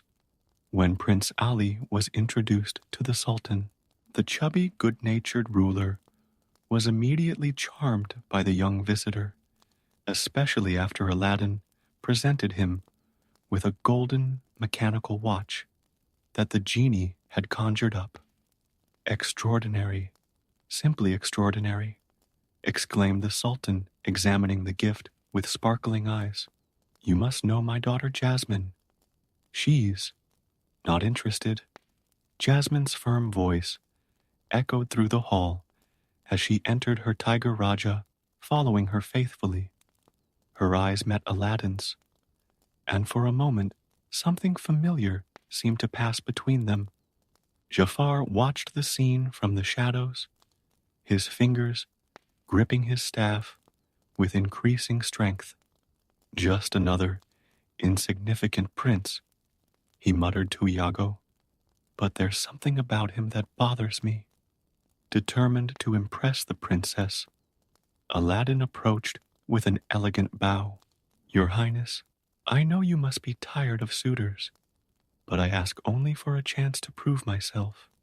Jasmine raised an eyebrow, intrigued by the unusual humility in his words. And how do you intend to do that, Prince Ali? With a confident smile, Aladdin held out his hand. How about a walk I promise to show you a whole new perspective of Agrabah? The magic carpet was waiting on the palace balcony, disguised as an ordinary carpet. When Jasmine hesitantly accepted Aladdin's hand and climbed onto it, her eyes widened in surprise as she watched him gently levitate. Trust me, whispered Aladdin, words that echoed a distant memory in Jasmine's mind. The carpet took off smoothly, carrying them beyond the palace walls. The city stretched out below them like a living map, the streets winding between the buildings like golden rivers under the setting sun. Jasmine couldn't contain her admiration, her fingers entwined firmly in Aladdin's. It's incredible, she sighed as they flew over the rooftops where, unbeknownst to her, Aladdin used to sleep. I've never seen Agrabah like this. As they flew, Aladdin began to show a surprisingly intimate knowledge of the city and its people. He pointed to a small square where children played, told stories about the market traders, and shared secrets that only someone who lived on the streets could know. How do you know so much about the lives of ordinary people? Jasmine asked, her curiosity growing. Aladdin hesitated, his heart torn between the truth and the need to maintain his charade. I believe that a true leader must know all aspects of his kingdom, not just the palaces. As night fell, they landed on a distant rooftop, sharing a simple meal that genius had discreetly provided. The stars began to dot the dark sky, and conversation flowed naturally between them. "You know," said Jasmine, "you're different from the other princes. There's something about you that reminds me of." She stopped studying his face more closely. Aladdin's heart raced. "Reminds you of what?" "Someone I met at the market," she replied slowly. "A young man who helped a child in need." Before Aladdin could reply, an eerie glow caught his eye. In the palace, red lights emanated from the tower where Jafar's chambers were located. The vizier was busy with his own plot. "The staff is almost ready, Iago," Jafar muttered, adding ingredients to a bubbling cauldron. "Soon its hypnotic power will be strong enough to control even the Sultan." Back on the roof, Jasmine and Aladdin shared a moment of contemplative silence. "Ali," she finally said, "sometimes I feel like I'm trapped in a life I didn't choose. Do you understand that?" Aladdin felt the weight of his own lie. "More than you know," he replied softly. "Sometimes appearances can be deceiving." When they returned to the palace, something had changed between them. Jasmine no longer saw just a suitor, but someone who seemed to truly understand her. And Aladdin, despite the guilt growing in his chest, was more in love than ever. The genie, who watched discreetly as he became a star in the sky, sighed, "Ah, young love, so beautiful and so complicated." That night, as Aladdin walked through the palace gardens, lost in thought about Jasmine, a shadow moved in the darkness. Jafar emerged from the bushes, his staff glowing menacingly. "Impressive demonstration, Prince Ali," he said with false cordiality. Or should I say, Aladdin? Aladdin's blood ran cold in his veins. "I don't know what you're talking about." "Oh, but you do." Jafar smiled mischievously. "The street rat I found in the Cave of Wonders." I wonder what the princess would say if she knew the truth about her precious prince. Aladdin kept his composure, even though his heart was pounding frantically.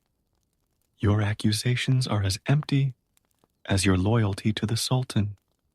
Jafar's smile only widened. "Be careful, boy. You're not the only one with secrets in this palace."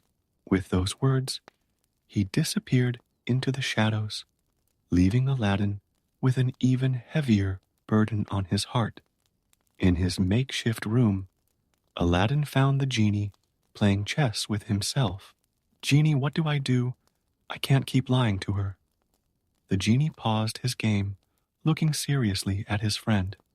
"The truth has a funny way of coming out, Al. The longer you wait, the more painful it will be." But before Aladdin could consider a confession, a guard rushed into his chambers. "Prince Ali, the Sultan, requests your immediate presence in the throne room. It's about the princess." Aladdin's heart raced as he ran through the palace corridors. As he entered the throne room, he found a disturbing scene. The Sultan was in a trance, his glazed eyes fixed on the red glow of Jafar's staff. Jasmine was handcuffed, guards holding her tightly as she struggled. "Ah, Prince Ali, how nice of you to join us." Jafar smiled mischievously. Or should I say, the street rat. "Dad, wake up, Jafar is controlling you," Jasmine shouted, but the Sultan remained motionless. "The Sultan has seen the truth about his favorite suitor."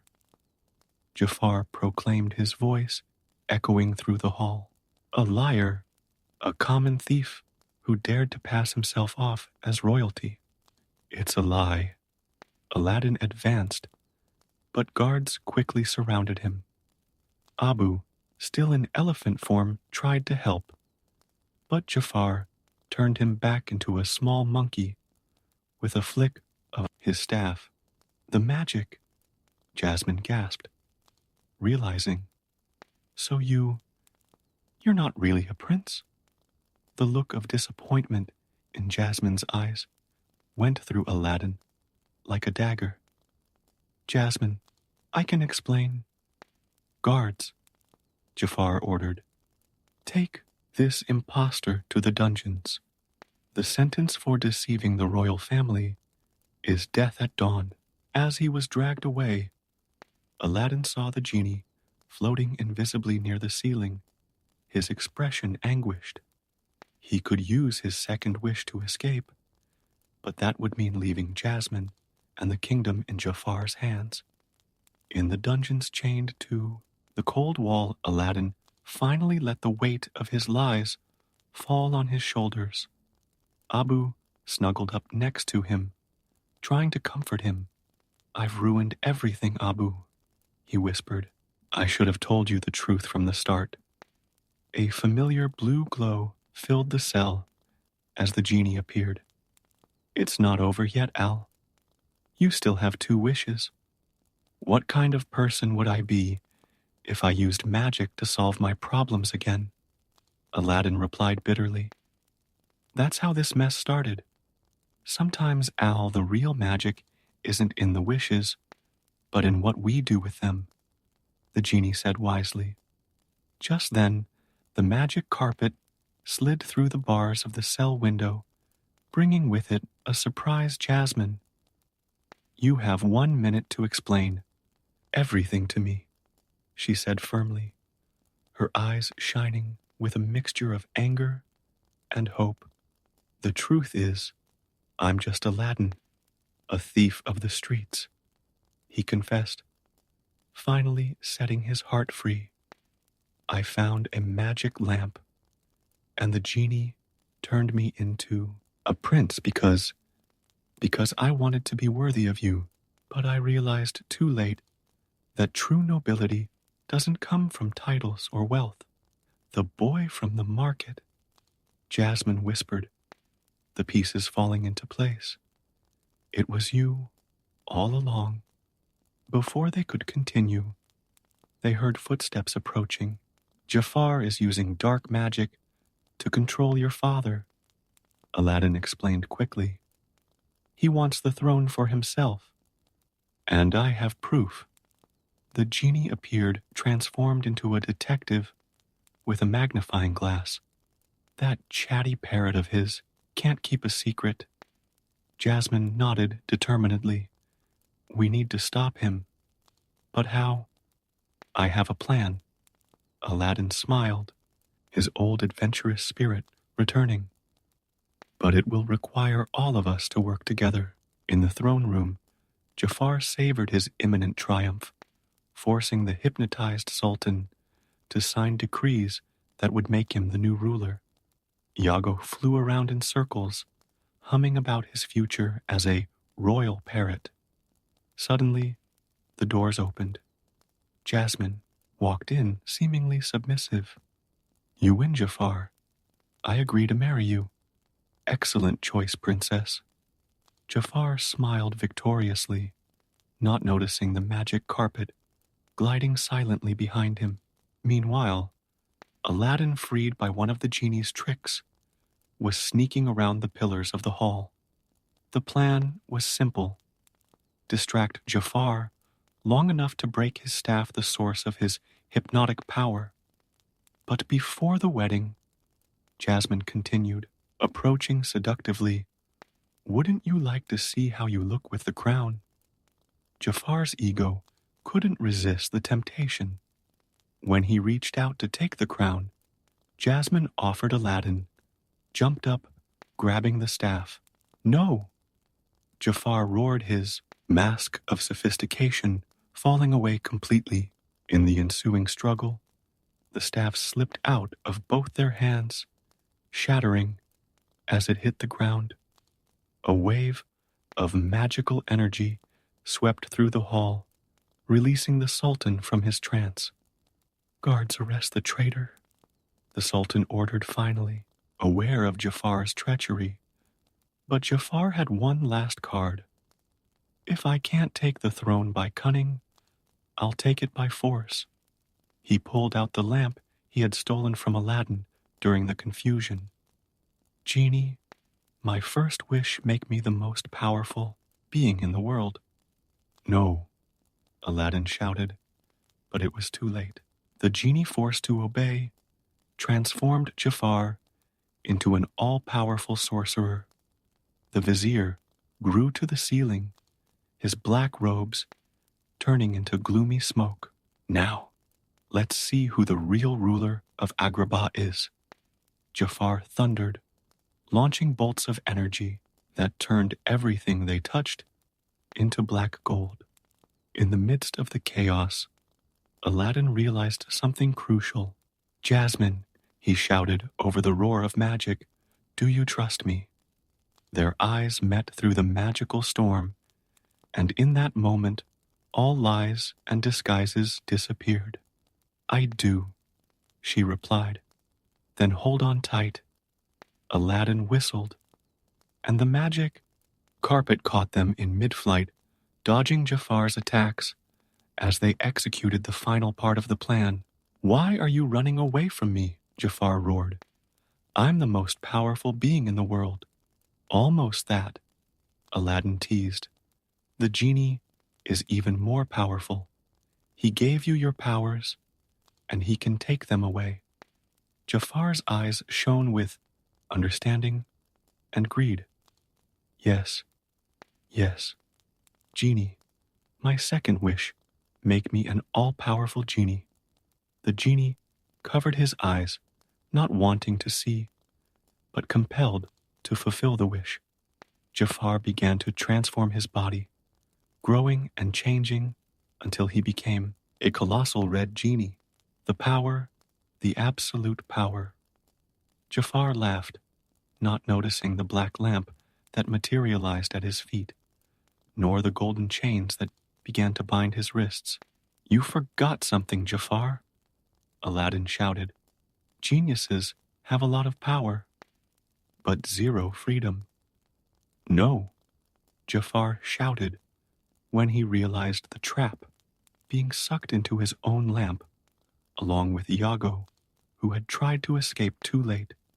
With Jafar defeated, peace returned to the palace. The Sultan, impressed by Aladdin's bravery and intelligence, declared that the law was wrong. His daughter should have the right to marry whomever her heart chose. "And now," Jasmine asked, entwining her fingers in Aladdin's. "Now," he smiled, picking up the genie's lamp, "there's one more thing I need to do." Turning to his blue friend, he declared, "Genie, I wish you freedom." With a flash of light and the sound of chains breaking the genie's bracelets fell off, and his smoke-shaped legs turned into real feet. For the first time in millennia, he was truly free. "All," the genie smiled, tears in his eyes. "You are a true prince, not by magic or title, but by your heart." And so, under the starry sky of Agrabah, Aladdin and Jasmine discovered that true love doesn't need disguises or magical wishes, just the courage to be who you really are.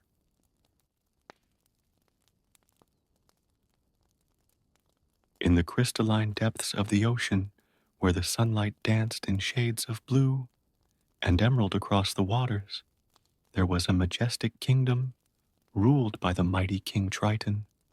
His long silver hair waved with the sea currents, and his golden trident shone with the same intensity as his wise eyes. Among her 7 daughters, Marina the youngest was considered the most beautiful and mysterious of all. Marina had a voice that made the corals vibrate, and the fish stopped to listen. Her red hair floated like submerged flames, and her green eyes carried a curious gleam that reflected her restless soul. Unlike her sisters, who were content with the wonders of the underwater world, Marina dreamed of something more, something beyond the surface that intrigued her so much. In the palace of coral and pearls, Marina spent hours contemplating her secret treasure, a small cave full of objects recovered from shipwrecks, porcelain plates, silverware watches that had stood the test of time, and books with pages stained by salt water made up her private collection.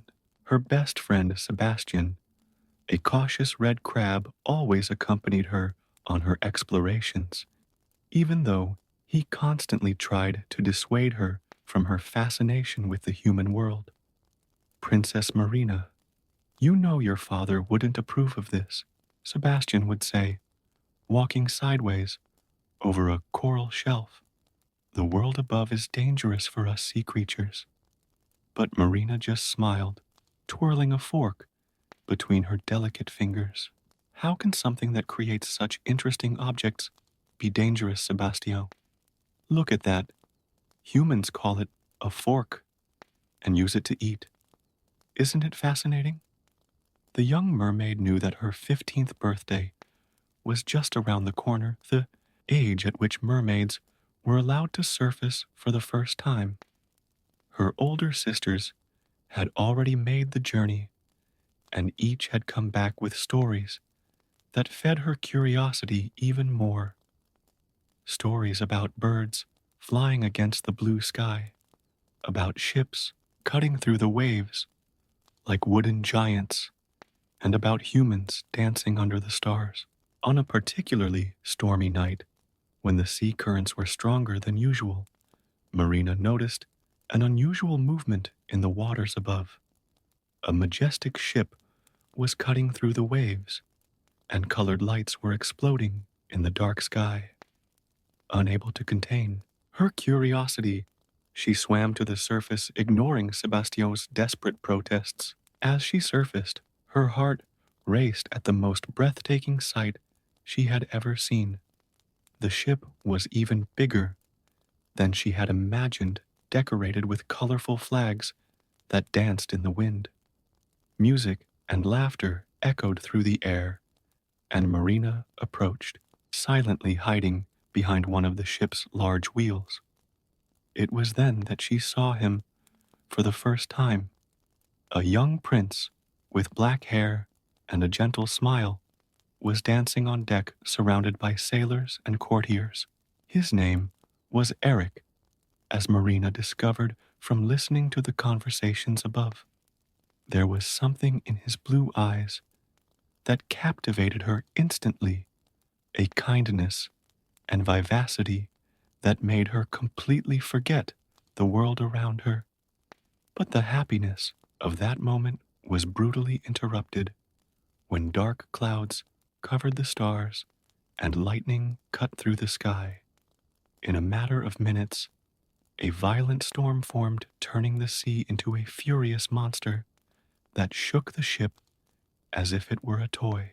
Marina watched in horror as the giant waves battered the ship. The sailors fought bravely against the fury of the sea, but it was a losing battle. Lightning struck the main mast, and flames began to devour the ship. In the midst of the chaos, Marina saw Prince Eric trying to help his crew, but a particularly strong wave threw him overboard. Without hesitation, she dived in after him. The waters were murky and choppy, but her mermaid eyes could see clearly through the darkness. She found the prince unconscious and sinking fast. With all her strength, she swam to him and wrapped her arms around him, fighting against the currents to bring him to the surface. The coast was not far away, but every moment was precious. Marina swam with determination, keeping the prince's face above water, singing softly to him an ancient melody of her people. When she finally reached the shore, the sky was beginning to lighten and the storm was diminishing in strength. She laid the prince gently on the sand, watching his pale face with concern. He was still breathing, but unconscious.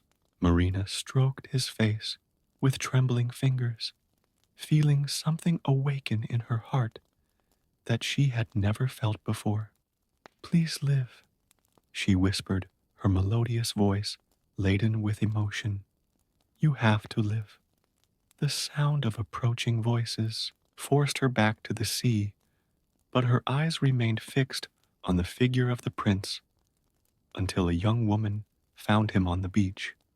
Marina dived into the deep waters with a heart heavy with love and worry, knowing that her life would never be the same again. Back at the underwater palace, she ignored Sebastian's sermons about the danger she had been in. Her thoughts were fixed on Prince Eric, his gentle smile, and the moments she held him in her arms. It was then that she made a decision that would change her destiny forever. She would find a way to be part of his world, no matter what the price.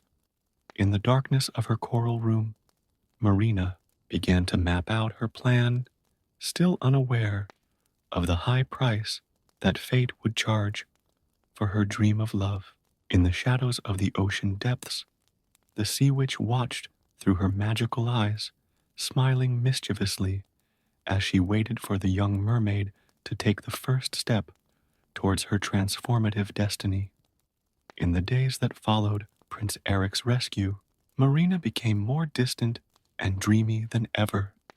She would spend hours near the surface, hiding behind rocks near the beach, where she had left him, hoping to catch a glimpse of him walking along the sand. Her sisters noticed the change in her behavior, and concern began to spread throughout the underwater palace. Marina is different, commented Pearl, the eldest of the sisters, during a family dinner. She hardly touches her food and spends her days sighing in the corners. King Triton watched his youngest daughter with growing concern. He knew that distant look, well, the same one their mother had when she fell in love with him years ago. However, love between a mermaid and a human was something forbidden, too dangerous to even consider.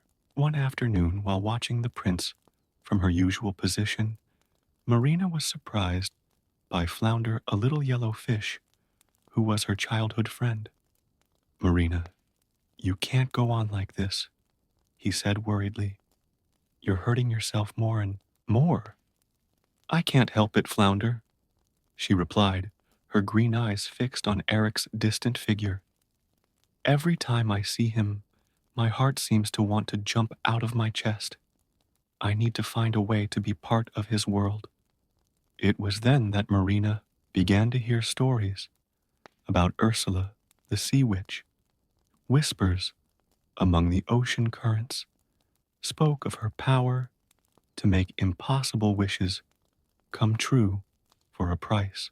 Living in a cave in the darkest parts of the ocean, Ursula was feared by everyone, including King Triton himself.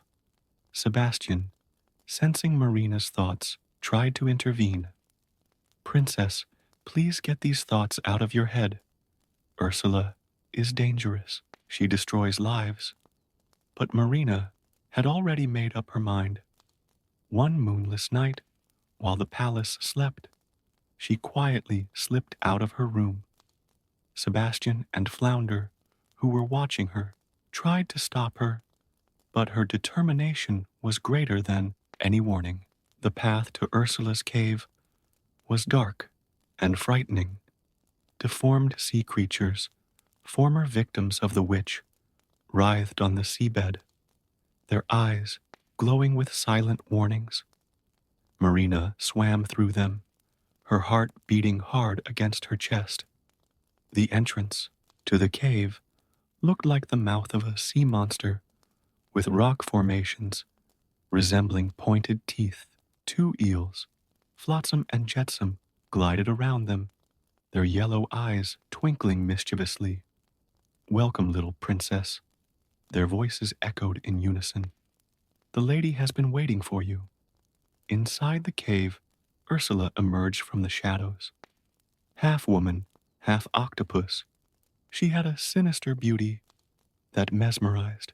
Her white hair floated like tentacles around her face, and a calculating smile played on her purple lips. "I know exactly why you're here, dear," said Ursula, her honeyed voice echoing off the cave walls. "You want to join your beloved prince in the surface world."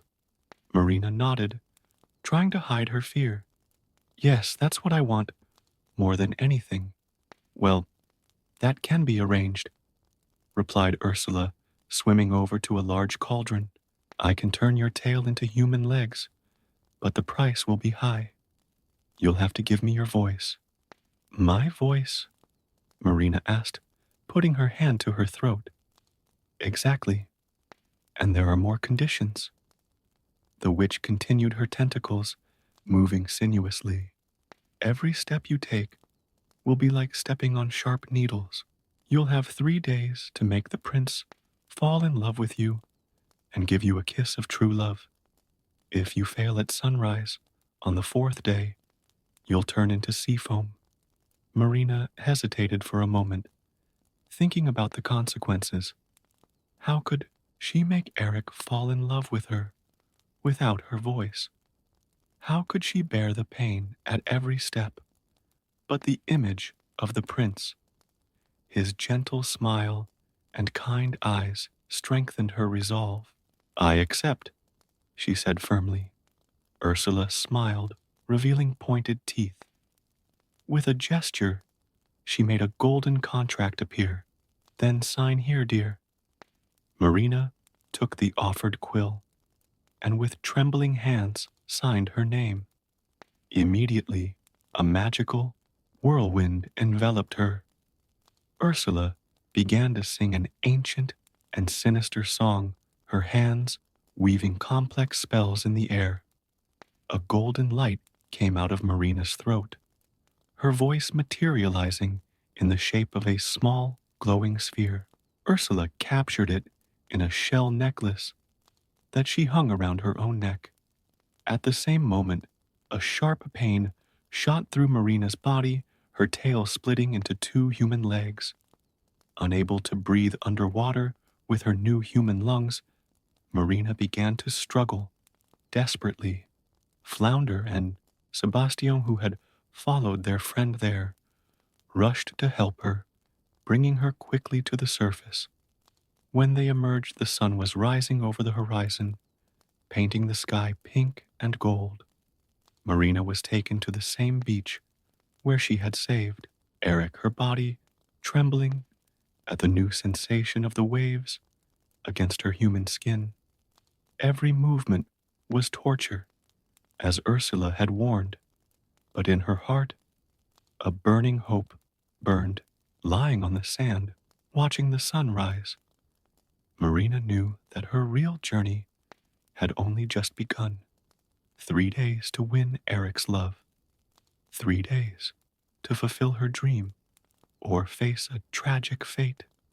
The clock was ticking, and with it, the biggest challenge of her life. The sun was already up when Marina heard voices approaching from the beach. Sebastian and Flounder quickly dived into the waves, leaving her alone on the sand. With difficulty, she sat up using pieces of a torn sail she found on the beach to cover her body. Every movement was an indescribable torture, as if thousands of needles were piercing her newly formed feet. It was then that she recognized him. Eric was walking along the beach, accompanied by his faithful dog, Max and Grimsby, his royal advisor. Marina's heart raced when their gazes met. Eric ran towards her, genuinely worried about the mysterious young woman he had met. "Are you all right? What happened?" he asked, taking off his coat and putting it over her shoulders. Marina tried to answer, but no sound came from her throat. She put her hand to her throat, remembering the price she had paid. "She seems to have been shipwrecked, Your Highness," observed Grimsby, "and she's apparently lost her voice." Eric helped Marina to her feet, supporting her as her legs shook with the stabbing pain.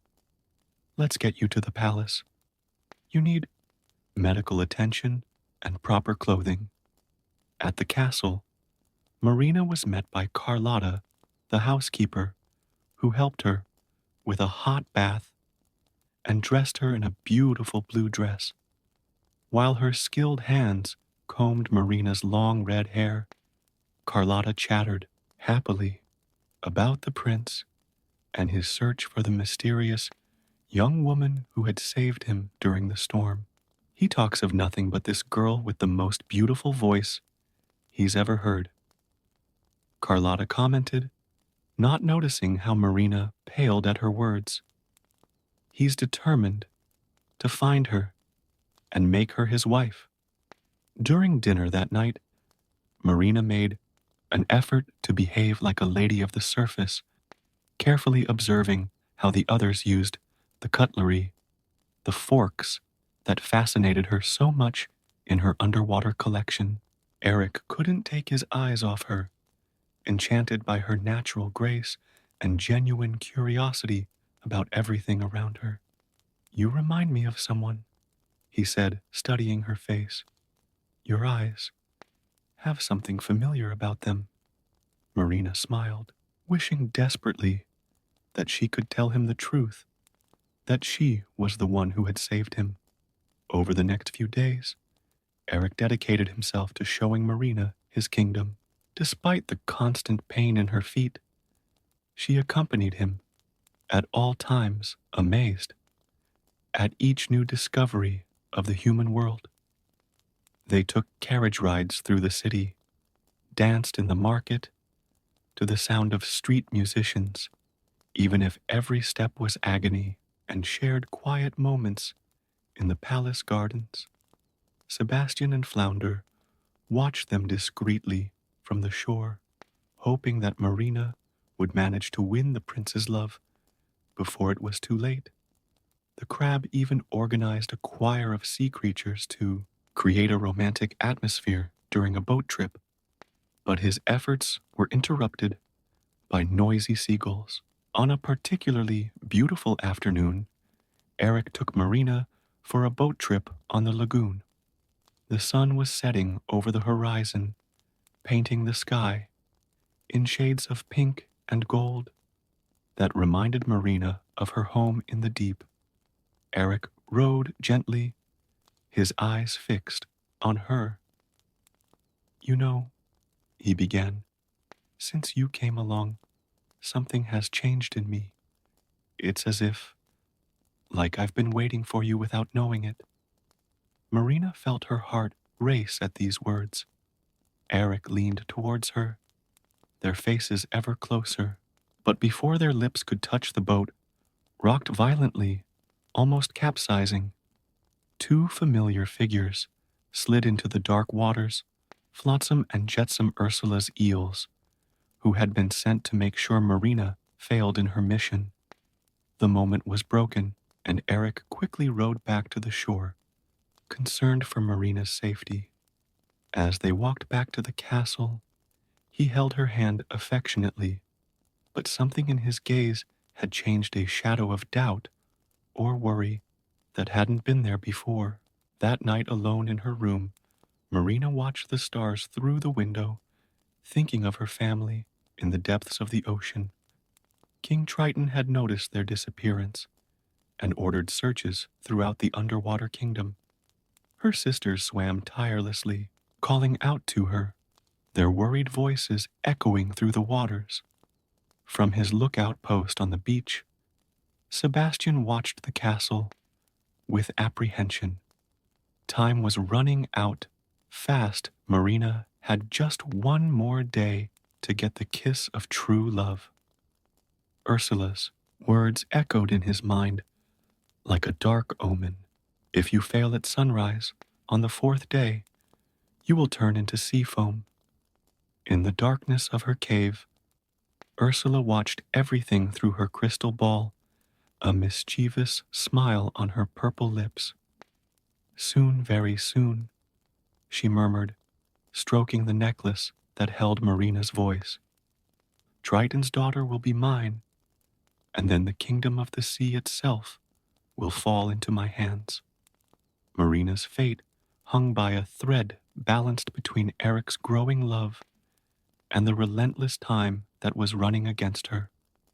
The stars shone in the night sky as silent witnesses to her dilemma, while the sea whispered ancient melodies of love and loss in the dark depths. The next morning, a commotion swept through the castle. A mysterious young woman had arrived on the beach, her melodious voice echoing through the halls of the palace. Eric, upon hearing that familiar song, ran towards her as if bewitched. Marina watched from her bedroom window, her heart clenching, as she recognized her own voice coming from the stranger's lips. It was Vanessa, actually Ursula, in disguise, wearing the necklace that contained Marina's stolen voice. Her long black hair and violet dress contrasted with her pale skin, and her eyes sparkled with a malice that only Marina seemed to notice. "It's her," exclaimed Eric, amazed. "The voice I've been looking for so long. The girl who saved me from shipwreck." Marina tried desperately to get his attention, to make him realize the mistake. But without her voice, her gestures just looked like the expression of a jealous young woman. Grimsby, impressed by the developments, immediately began preparations for a royal wedding. "The wedding will take place tomorrow, at sunset on the royal ship," he announced, while Vanessa smiled triumphantly, her necklace glinting subtly in the daylight. Sebastian and Flounder watched in horror from the beach. "We need to do something," exclaimed the little fish, swimming nervously in circles. "That witch is fooling everyone." Marina spent the rest of the day following Eric and Vanessa around the castle, her heart breaking every time she saw him smile at the impostor. The pain in her feet seemed insignificant compared to the agony in her chest. When night came, she took refuge in the palace gardens, letting her silent tears fall into the sea. It was then that Scuttle, a seagull, who was always in the way, but Marina's loyal friend, came flying in. "Marina, Marina, you won't believe what I've seen." The seagull began to tell how she had witnessed Vanessa in her bedroom, her true sea witch form revealed in a mirror as she laughed and plotted her revenge on King Triton. With this revelation, a plan began to form. Sebastian dived into the depths to warn King Triton, while Flounder rounded up all the sea creatures he could find. Scuttle flew in to mobilize his fellow gulls and other seabirds. The morning of the wedding arrived with a surprisingly clear sky. The royal ship was magnificently decorated with flowers and ribbons, and guests from all over the kingdom arrived to celebrate. Marina, dressed in a simple pink dress, watched the preparations with a heavy heart, knowing that at sunset her fate would be sealed. When the ceremony began, Vanessa walked the deck of the ship like a true queen, her white wedding dress trailing behind her. Eric seemed to be in a kind of trance, his eyes glazed over and an empty smile on his face. Suddenly, the sky was filled with dozens of seabirds. Seagulls dived towards Vanessa, tugging at her hair and dress. Dolphins and seals shook the ship, while crabs and starfish climbed up the hull, creating controlled chaos. In the midst of the confusion, Vanessa's necklace broke, releasing Marina's voice in a golden sphere that floated back to its true owner. The moment the voice returned to her throat, Marina began to sing, and Eric finally awoke from the spell. "It was you," he exclaimed, running towards her. "You saved me that night." But before they could get any closer, the sun began to set over the horizon. Vanessa now revealed, as Ursula let out a terrible laugh that echoed across the sea. "Too late, little princess." Marina felt a sharp pain run through her body as her legs began to transform back into a mermaid's tail. Ursula, regaining her true form, grabbed Marina with her tentacles and dived into the sea, dragging her with her. "Marina!" shouted Eric, without hesitating to dive in after them. In the depths, King Triton appeared, his trident glowing menacingly. "Ursula, free my daughter." "Oh, but we have a contract, Triton dear," replied the sea witch, displaying the golden parchment with Marina's signature. Unless what?" asked the king, his voice trembling slightly. "Unless you want to take her place," suggested Ursula, her eyes twinkling with mischief. "Her crown for her life. What do you say, your majesty?"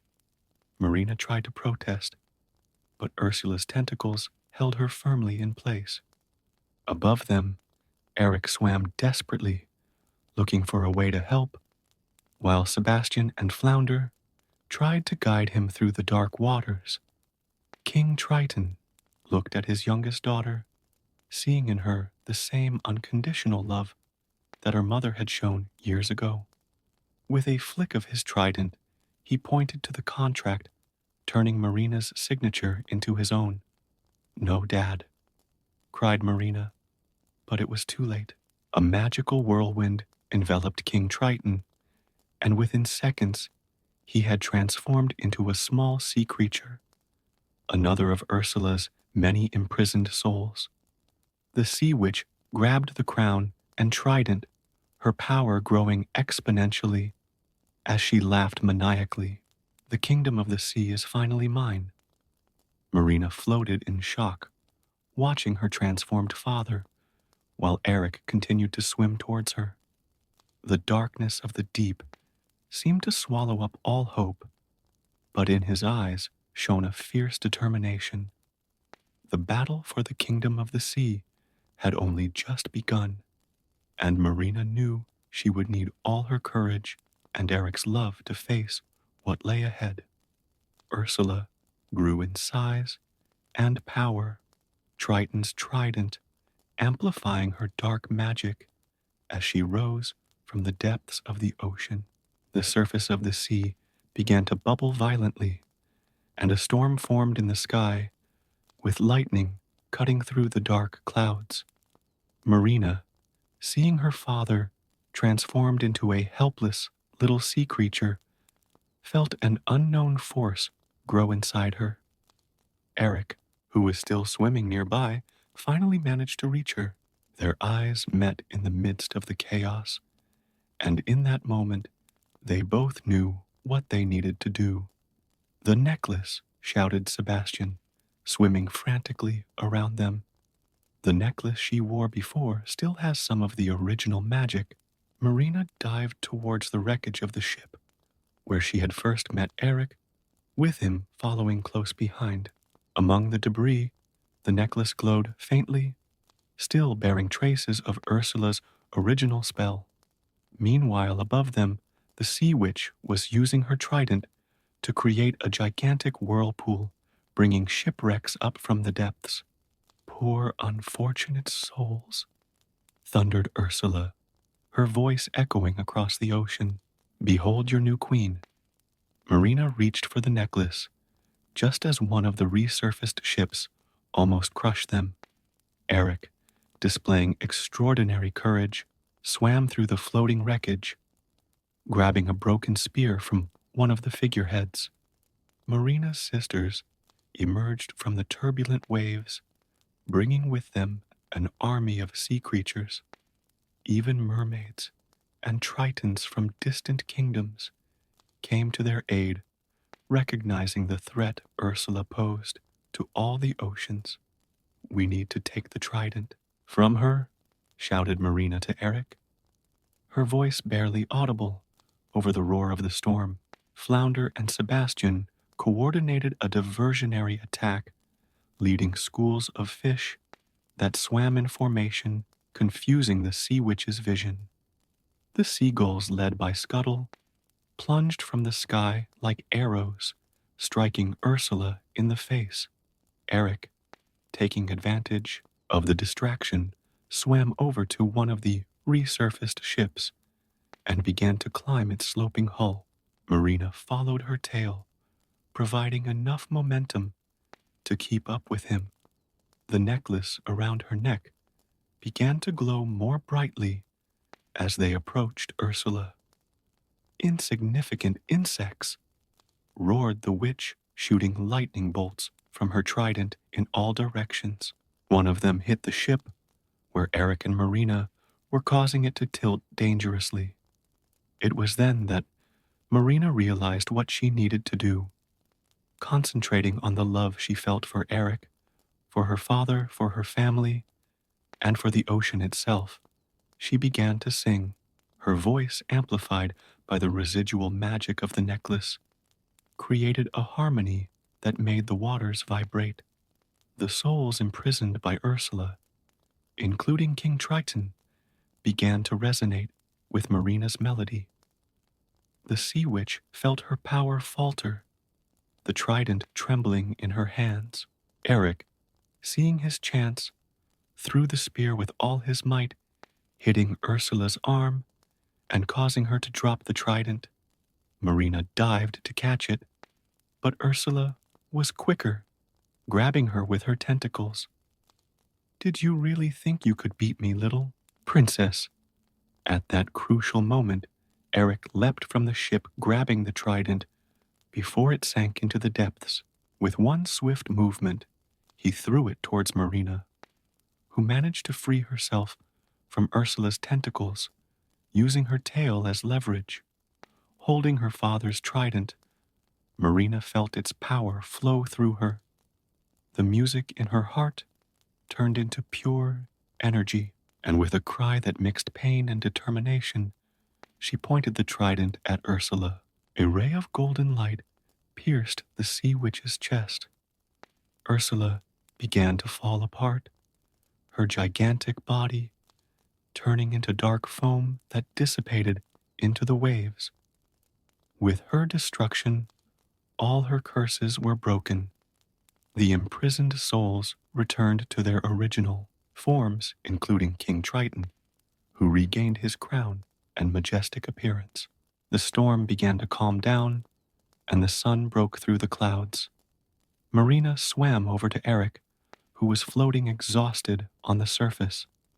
Her father watched them, finally understanding the depth of the love between them.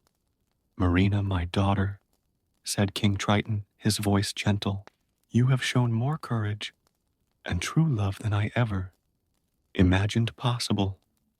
With a flick of his trident, which Marina returned respectfully, he created an arc of golden light that enveloped his youngest daughter. Marina felt a familiar tingle run through her body, but this time there was no pain, just a warm sensation of transformation.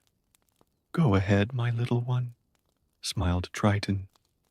"Live your life with the one who won your heart." Marina looked at her legs human again, and then at Eric, who was smiling with tears in his eyes. They swam together to the beach, where they were greeted by a crowd who had witnessed the epic battle. The wedding was celebrated both on land and at sea. Sea creatures and humans gathered to witness the union that bridged the distance between two worlds. Marina, radiant in her white dress, could see her sisters smiling from the waves, while Sebastian, led a choir of fish that sang joyfully. Eric and Marina built their castle by the sea with a staircase that went straight down to the water, allowing her to visit her family whenever she wished. Over time, they became a bridge between the two worlds, promoting peace and understanding between humans and sea creatures. At night, when the moon shone over the waves, Marina still sang the ancient melodies of her people, her voice carrying stories of love, courage, and sacrifice across the waters. And in every note, in every word, was the reminder that true love has the power to transcend any barrier, even those between land and sea.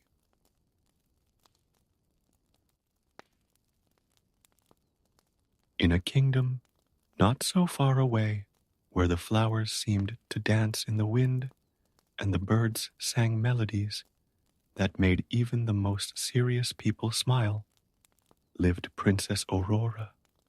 Her name promised the light of dawn, but her demeanor was far from inspiring. Aurora had everything a princess could wish, for silk dresses, glittering jewels, and servants who catered to her every whim before she could even utter them. King Edward, her father, was a kind man who, after the Queen's early death, dedicated himself to raising his daughter in the best way he could. Unfortunately, his interpretation of best way meant never saying no to Aurora, resulting in a young girl who believed the world revolved around her. On that particular spring morning, Aurora woke up annoyed because a single rose petal had fallen onto her feather pillow. "Margaret," she shouted, calling out to her lady in waiting, "how dare you leave the windows open at night? Now I have petals on my bed." Margaret, a middle-aged lady who had served the royal family for decades, just sighed patiently. "Forgive me, Your Highness.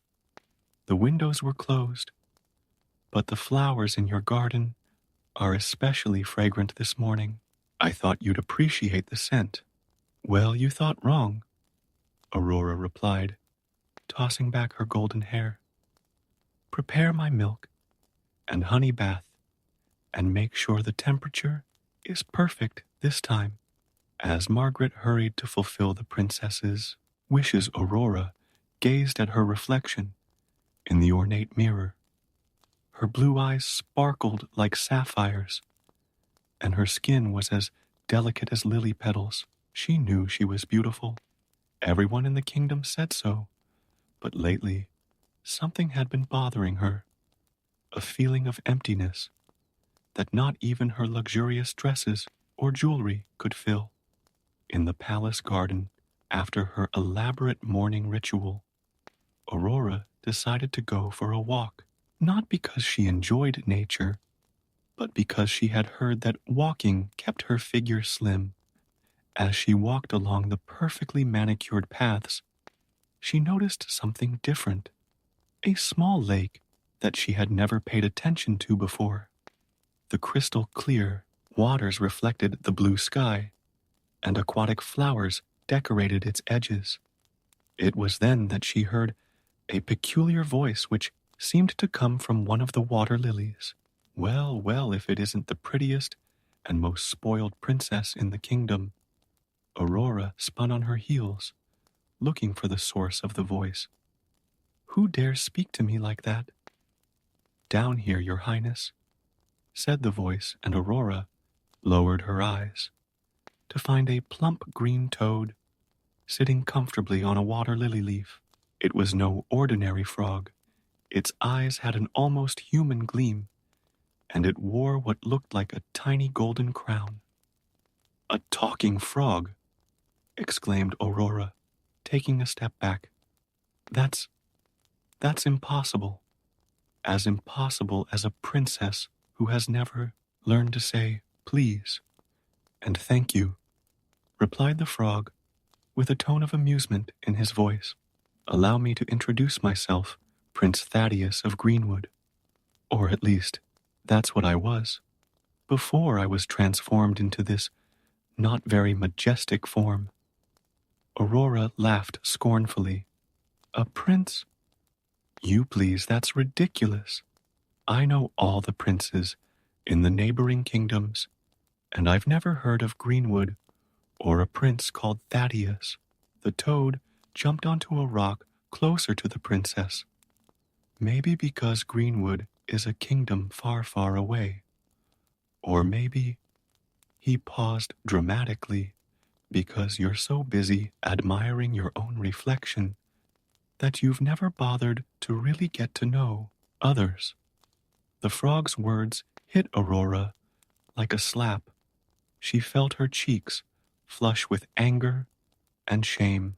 "How dare you guards? Guards? They won't come," said the toad calmly.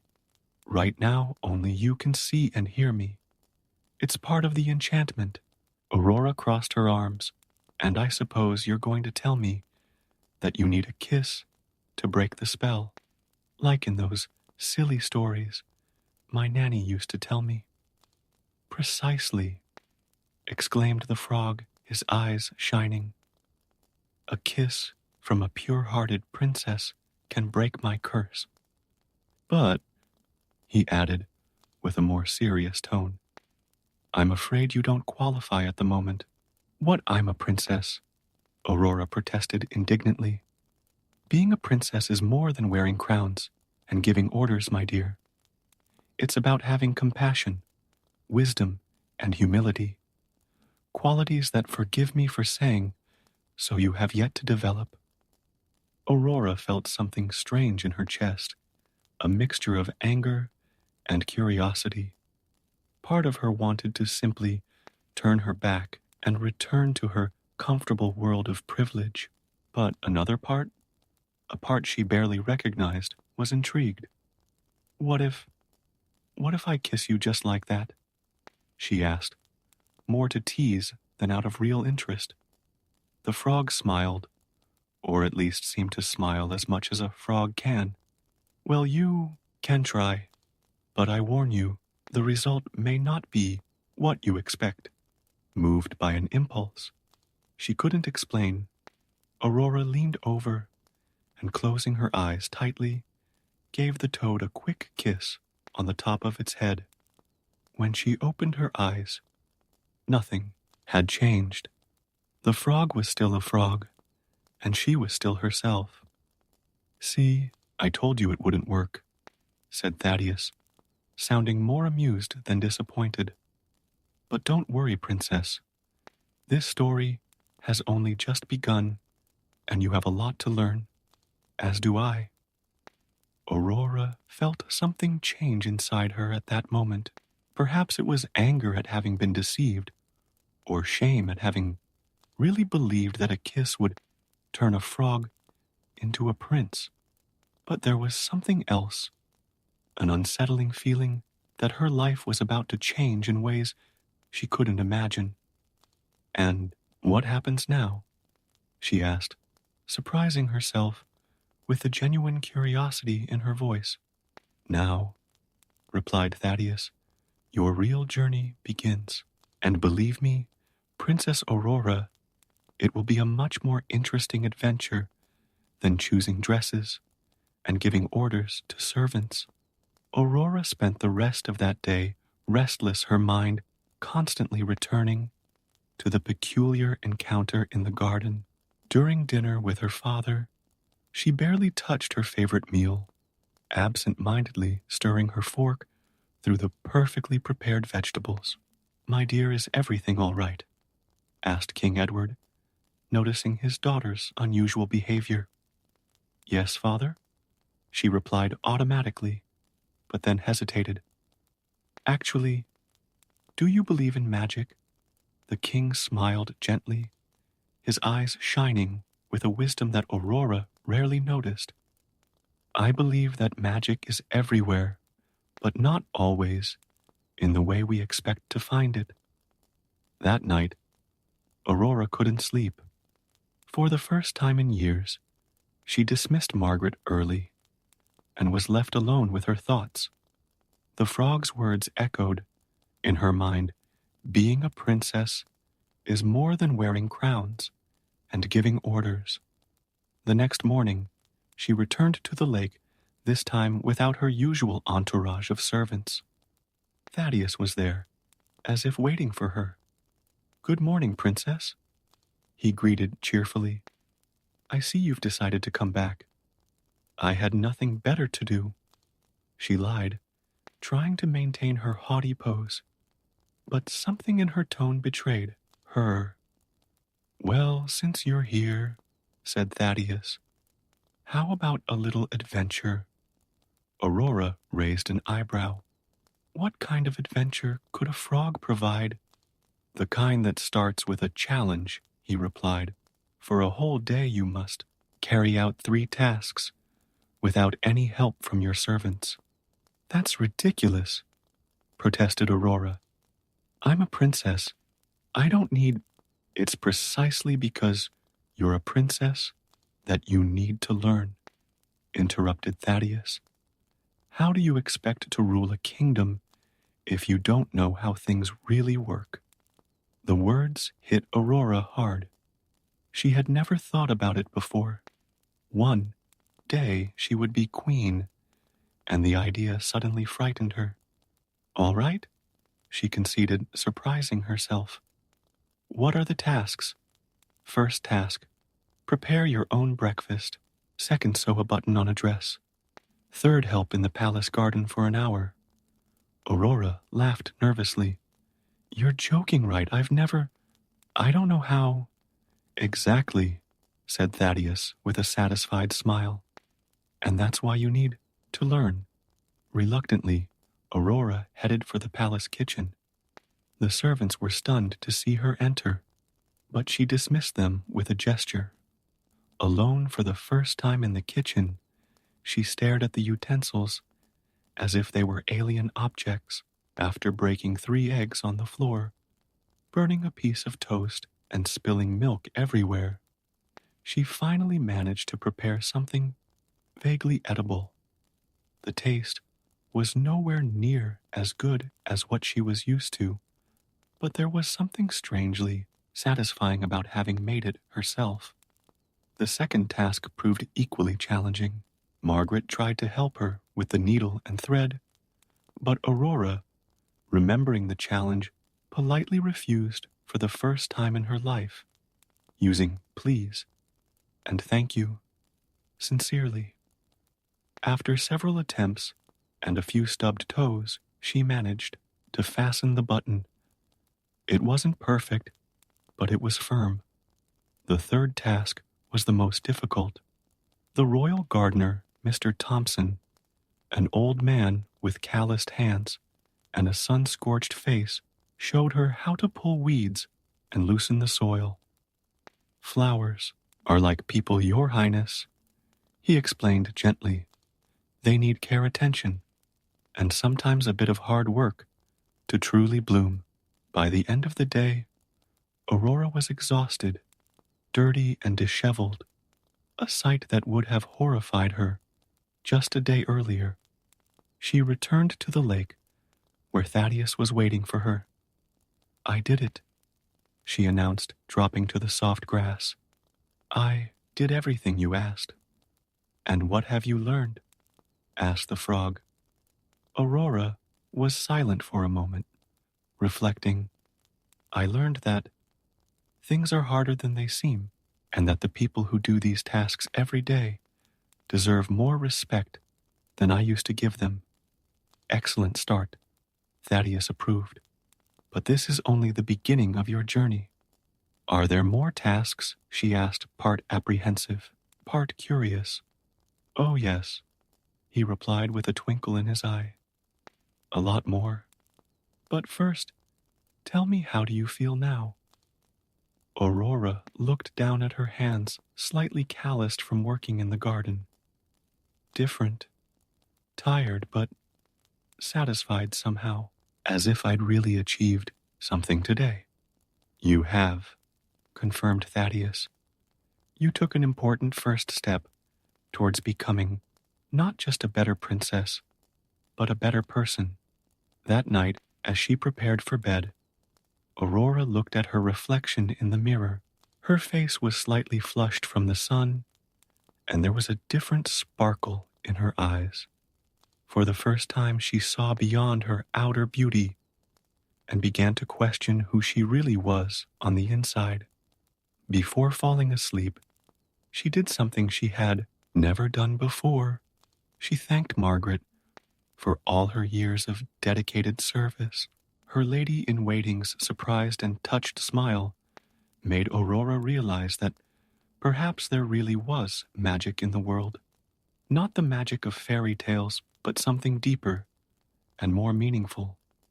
And as sleep enveloped her, she wondered what other lessons the peculiar frog prince had to teach her. The next morning, Aurora woke up with a new perspective. Instead of shouting for Margaret, she opened her bedroom curtains herself, letting the golden sunlight in. Thaddeus's words about her journey were still echoing in her mind when she decided to return to the lake. "Ah, you're back," exclaimed the frog, jumping happily over the water lilies. "And I see you're not wearing your usual jewelry today." Aurora unconsciously touched her bare neck. "I thought they might get in the way, depending on what you had planned for today." "Very perceptive," replied Thaddeus, with a toadesque smile. "Today, we're going to work on something even more important than practical tasks. We're going to exercise your heart." "My heart?" asked Aurora, confused. "What's wrong with it?" "Nothing's wrong. It's just dormant, like a seed that needs water and sun to sprout," explained Thaddeus. "Today, you'll be visiting 3 people in the kingdom who need help." Aurora frowned. "But we have advisors for that.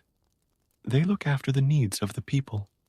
Exactly the kind of thinking we need to change," replied Thaddeus. "A true leader knows her people personally. Come, I'll guide you." So began an unusual journey, a princess following a leaping frog along the paths of the kingdom. People looked on curiously, but Aurora was too determined to care about the whispers. The first stop was the house of an old woman who lived alone on the outskirts of the castle. Her small hut had a roof that was in urgent need of repair. Lady Maria introduced Thaddeus, one of the best weavers in the kingdom, before her eyesight began to fail. Aurora observed the lady, who was trying to repair a loom with trembling hands. Without thinking twice, she approached and asked if she could help. "Princess," the lady's eyes widened. "What are you doing in my humble home?" I've come to see how I can help," Aurora replied, surprised at her own sincerity. Over the next 2 hours, Aurora learned about weaving, heard stories about what the kingdom was like when her mother was still alive, and promised to send someone to fix the roof, a promise that, for the first time, she really intended to keep. The second visit was to a family with 5 children. The father had been injured, working in the fields, and couldn't provide for them temporarily. The children, although hungry, smiled and played. "How can they be happy with so little?"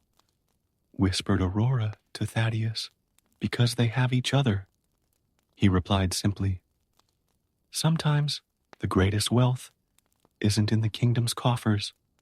Aurora spent the afternoon helping her mother prepare soup with the few ingredients available. Her culinary skills were still precarious, but the children applauded her efforts as if it were the finest royal banquet. The last visit was to the kingdom's orphanage. Aurora had always known of its existence, but had never been interested in getting to know it. As she entered, her heart squeezed at the sight of so many children without families. Don't they have anyone? She asked Thaddeus, her voice breaking. They have each other, and now they have you too if you choose. A small girl approached Aurora, offering a wildflower. It's for you, princess. You're even more beautiful than they say. Aurora felt tears welling up in her eyes, not from vanity, as was usually the case when she received compliments, but from genuine emotion. She spent the rest of the afternoon listening to stories, playing games, and promising herself that she would make significant changes to those children's lives. When she returned to the castle, it was already evening. Her father, King Edward, was waiting for her worriedly. Where have you been all day, my child? Really getting to know our kingdom father, she replied, hugging him. And I've learned so much. Can we talk about some changes you'd like to propose? The king noticed something different in his daughter's eyes, a maturity that hadn't been there before. Of course, dear. Let's have dinner, and you can tell me all about it. During dinner, Aurora spoke passionately about everything she had witnessed, about Madame Maria and her loom about the family in need, about the children in the orphanage. To her surprise, her father listened attentively, occasionally taking notes. I'm proud of you, Aurora, he said at last. Your mother always said that one day you would discover your true purpose as a princess. It seems that day has come. Later by the lake, Aurora shared with Thaddeus the results of her conversation with the king. He's agreed to set up a special fund to help families in need, she said excitedly. And we're going to renovate the orphanage. Easy, laughed Thaddeus. Rome wasn't built in a day. The important thing is that you're beginning to see beyond your own reflection. Aurora gazed at the lake water, watching her reflection ripple gently. You know, Thaddeus, I'm beginning to understand why the kiss didn't work that first day. I wasn't the princess I needed to be. And now, he asked, now I know I still have a lot to learn, but I want to learn. I want to be better. The frog nodded in satisfaction. That's exactly the kind of magic we were looking for. True transformation is not always visible to the eye. As the stars began to dot the night sky, Aurora realized that her life had changed irrevocably, not because of a magical kiss or an enchantment, but because of something much more powerful, the discovery of her own heart. In the days that followed, Aurora established a new routine. Every morning, before the sun had even risen, she met Thaddeus at the lake to discuss the day's lessons. Her father, King Edward, noted with satisfaction the changes in his daughter, especially her growing concern for the well-being of the kingdom.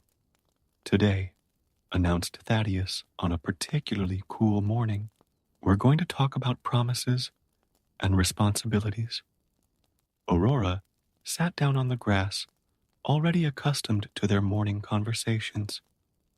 I've kept all the promises I've made recently, she defended herself. Yes, and that's admirable, agreed the frog. But today I want you to understand the weight of a royal promise. Do you know the history of your kingdom? Aurora hesitated. She certainly knew the basic stories that her tutors had taught her, but she realized that she had never really been interested in the history of her people. Perhaps not as well as I should, she admitted. Then today, you'll find out.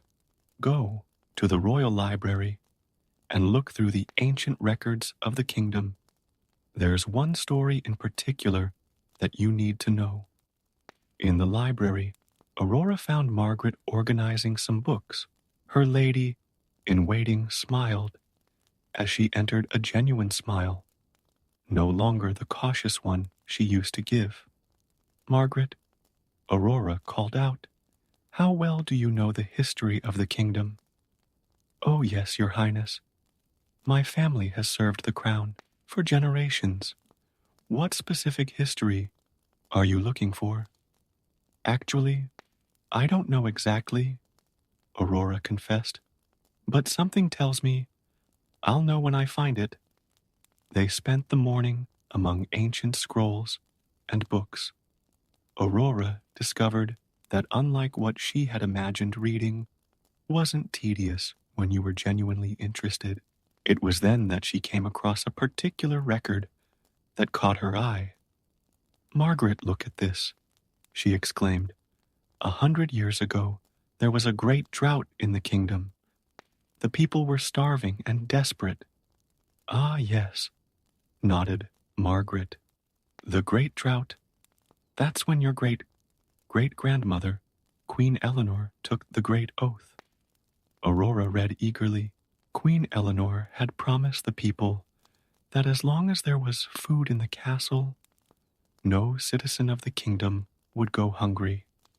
She turned part of the royal gardens into community gardens and set up a food distribution system that still worked today, although Aurora had never paid any attention to it. That's why we have the royal barns, exclaimed Aurora, connecting the dots, and the harvest festivals. Exactly, smiled Margaret. Every monarch since has renewed that oath. It's one of the kingdom's most important traditions. Aurora read on, discovering other promises made by her ancestors, commitments to education, health, protection. Each promise had changed the kingdom in some way, creating the structures she had always taken for granted. She returned to the lake with her head full of thoughts. Thaddeus was waiting patiently. So, he said, what have you discovered? I discovered that being royalty is not about privileges, but about responsibilities, she replied. Every promise made by my ancestors has shaped the kingdom in some way. And that makes you think about your own promises? Aurora reflected on the promises she had made recently to help Lady Mary to support the family in need to improve the orphanage. Yes, each promise is like planting a seed. It needs to be carefully cultivated. Excellent analogy, Thaddeus approved. And speaking of seeds, how's the community garden you started? Aurora smiled, remembering the project she had started after her visit to the family in need.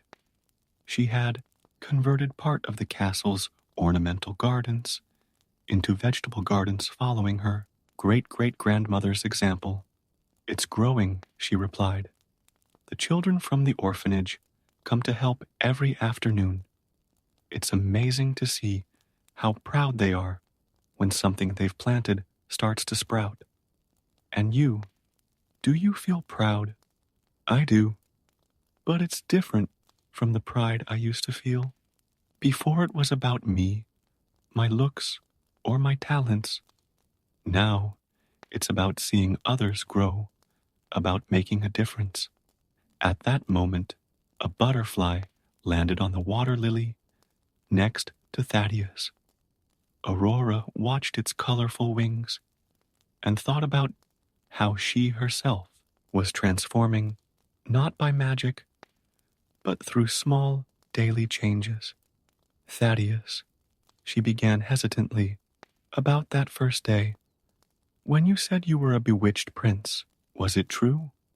The frog looked at her with his enigmatic eyes. What do you think? I think that perhaps the real curse wasn't your frog form, but my inability to see beyond appearances. You're getting wiser every day, princess, he replied with a smile.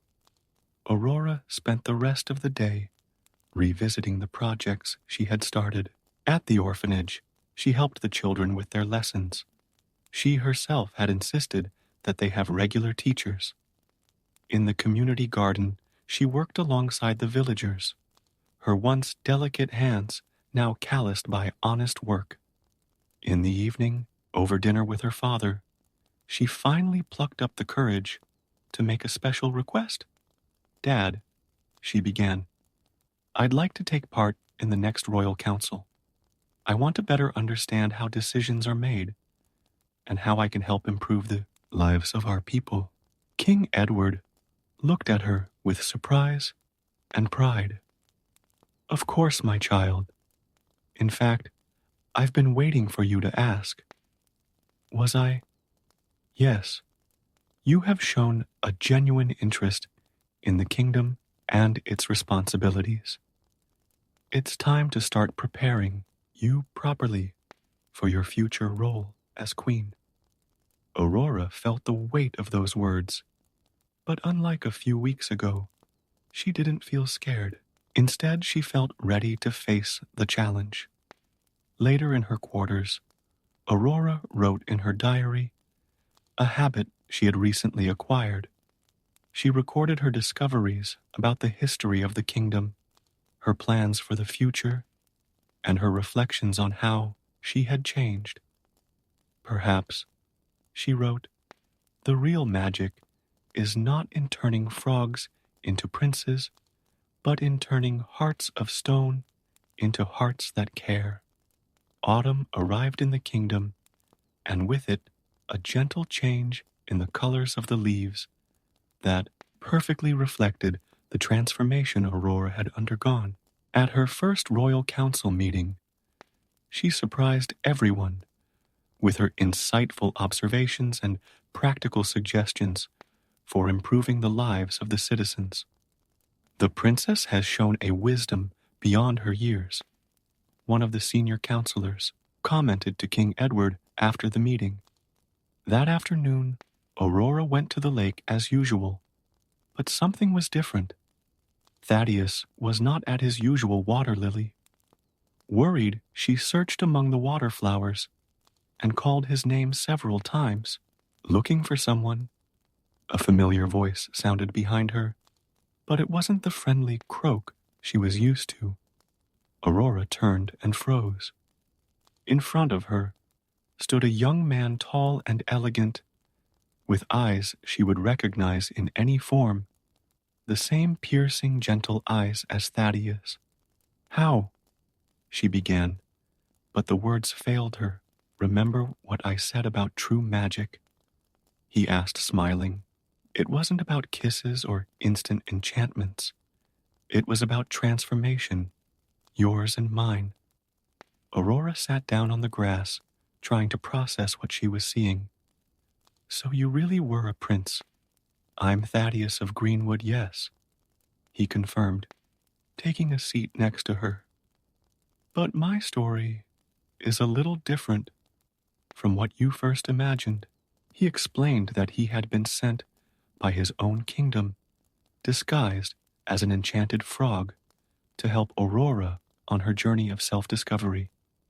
The magic was real, but it only served as a means to a greater end. "My kingdom and yours have an ancient alliance," he continued. "When your father expressed concern about your future as ruler, my family offered to help in an unconventional way." Aurora should have been irritated by the manipulation, but instead she felt grateful. "You could have simply introduced yourself as a visiting prince." "And you would have listened to me?" he asked, raising an eyebrow in a familiar way. Aurora laughed, recognizing the truth in his words. "Probably not. I was so—" "You were exactly who you needed to be to start your journey," he interrupted gently.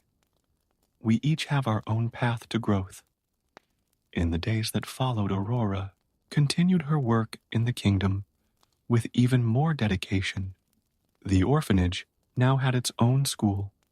The community garden was flourishing, and she had established a regular program of visits to different parts of the kingdom. Thaddeus remained her advisor now, officially, and together they implemented significant changes. The pampered princess, who had once complained about petals on her pillow, now spent her days working tirelessly for the well-being of her people. One afternoon, while supervising the construction of a new wing at the orphanage, Thaddeus noticed Aurora watching the children play. "What are you thinking about?" he asked. "About how true nobility has nothing to do with titles or crowns," she replied. "It's in what we do for others, in the promises we keep, in the love we share." "You've really learned your lessons," he smiled. "I had an excellent teacher," she replied, returning his smile. Even if he was a frog for a while. King Edward watched the changes in his daughter with growing pride. The kingdom prospered under her ever-increasing influence, and the people loved her not for her outward beauty, but for her kindness and dedication. One starry night, Aurora and Thaddeus walked through the palace gardens, now very different from the purely ornamental beds of before. Flowers and vegetables grew side by side, symbolizing the union between beauty and utility that Aurora had learned to value. "You know," she said, stopping near the pond where it all began, "I think I've finally understood the true meaning of that kiss story." "And what would that be?" he asked, curious. "It wasn't about changing someone into something else. It was about seeing the true essence of each person, about looking beyond appearances and finding the beauty within." Thaddeus nodded, satisfied. "And what else?" "That sometimes we need to lose ourselves to find ourselves. That true royalty is not in blood or title, but in actions and heart." The kingdom continued to prosper under the shared leadership of Aurora and Thaddeus, who eventually married not out of convenience or political arrangement, but out of a love born of mutual respect and true understanding. And so, the story that began with a kiss that wasn't magical ended with the most powerful magic of all, the transformation of a heart through love, compassion, and wisdom. The lake, where it all began, became a special place in the kingdom where people went to reflect and find inspiration. And if anyone paid close attention, they might hear the distant croaking of a frog, reminding everyone that true magic lies not in instant transformations, but in the gradual changes we make to our lives and the hearts we touch along the way. The pampered princess who once existed was now just a distant memory, replaced by a wise and compassionate leader who understood that true nobility comes not from birth, but from the choices we make every day. And so, our story ends not with an instant happily ever after, but with the ongoing promise of growth, love, and transformation, the most powerful magic of all.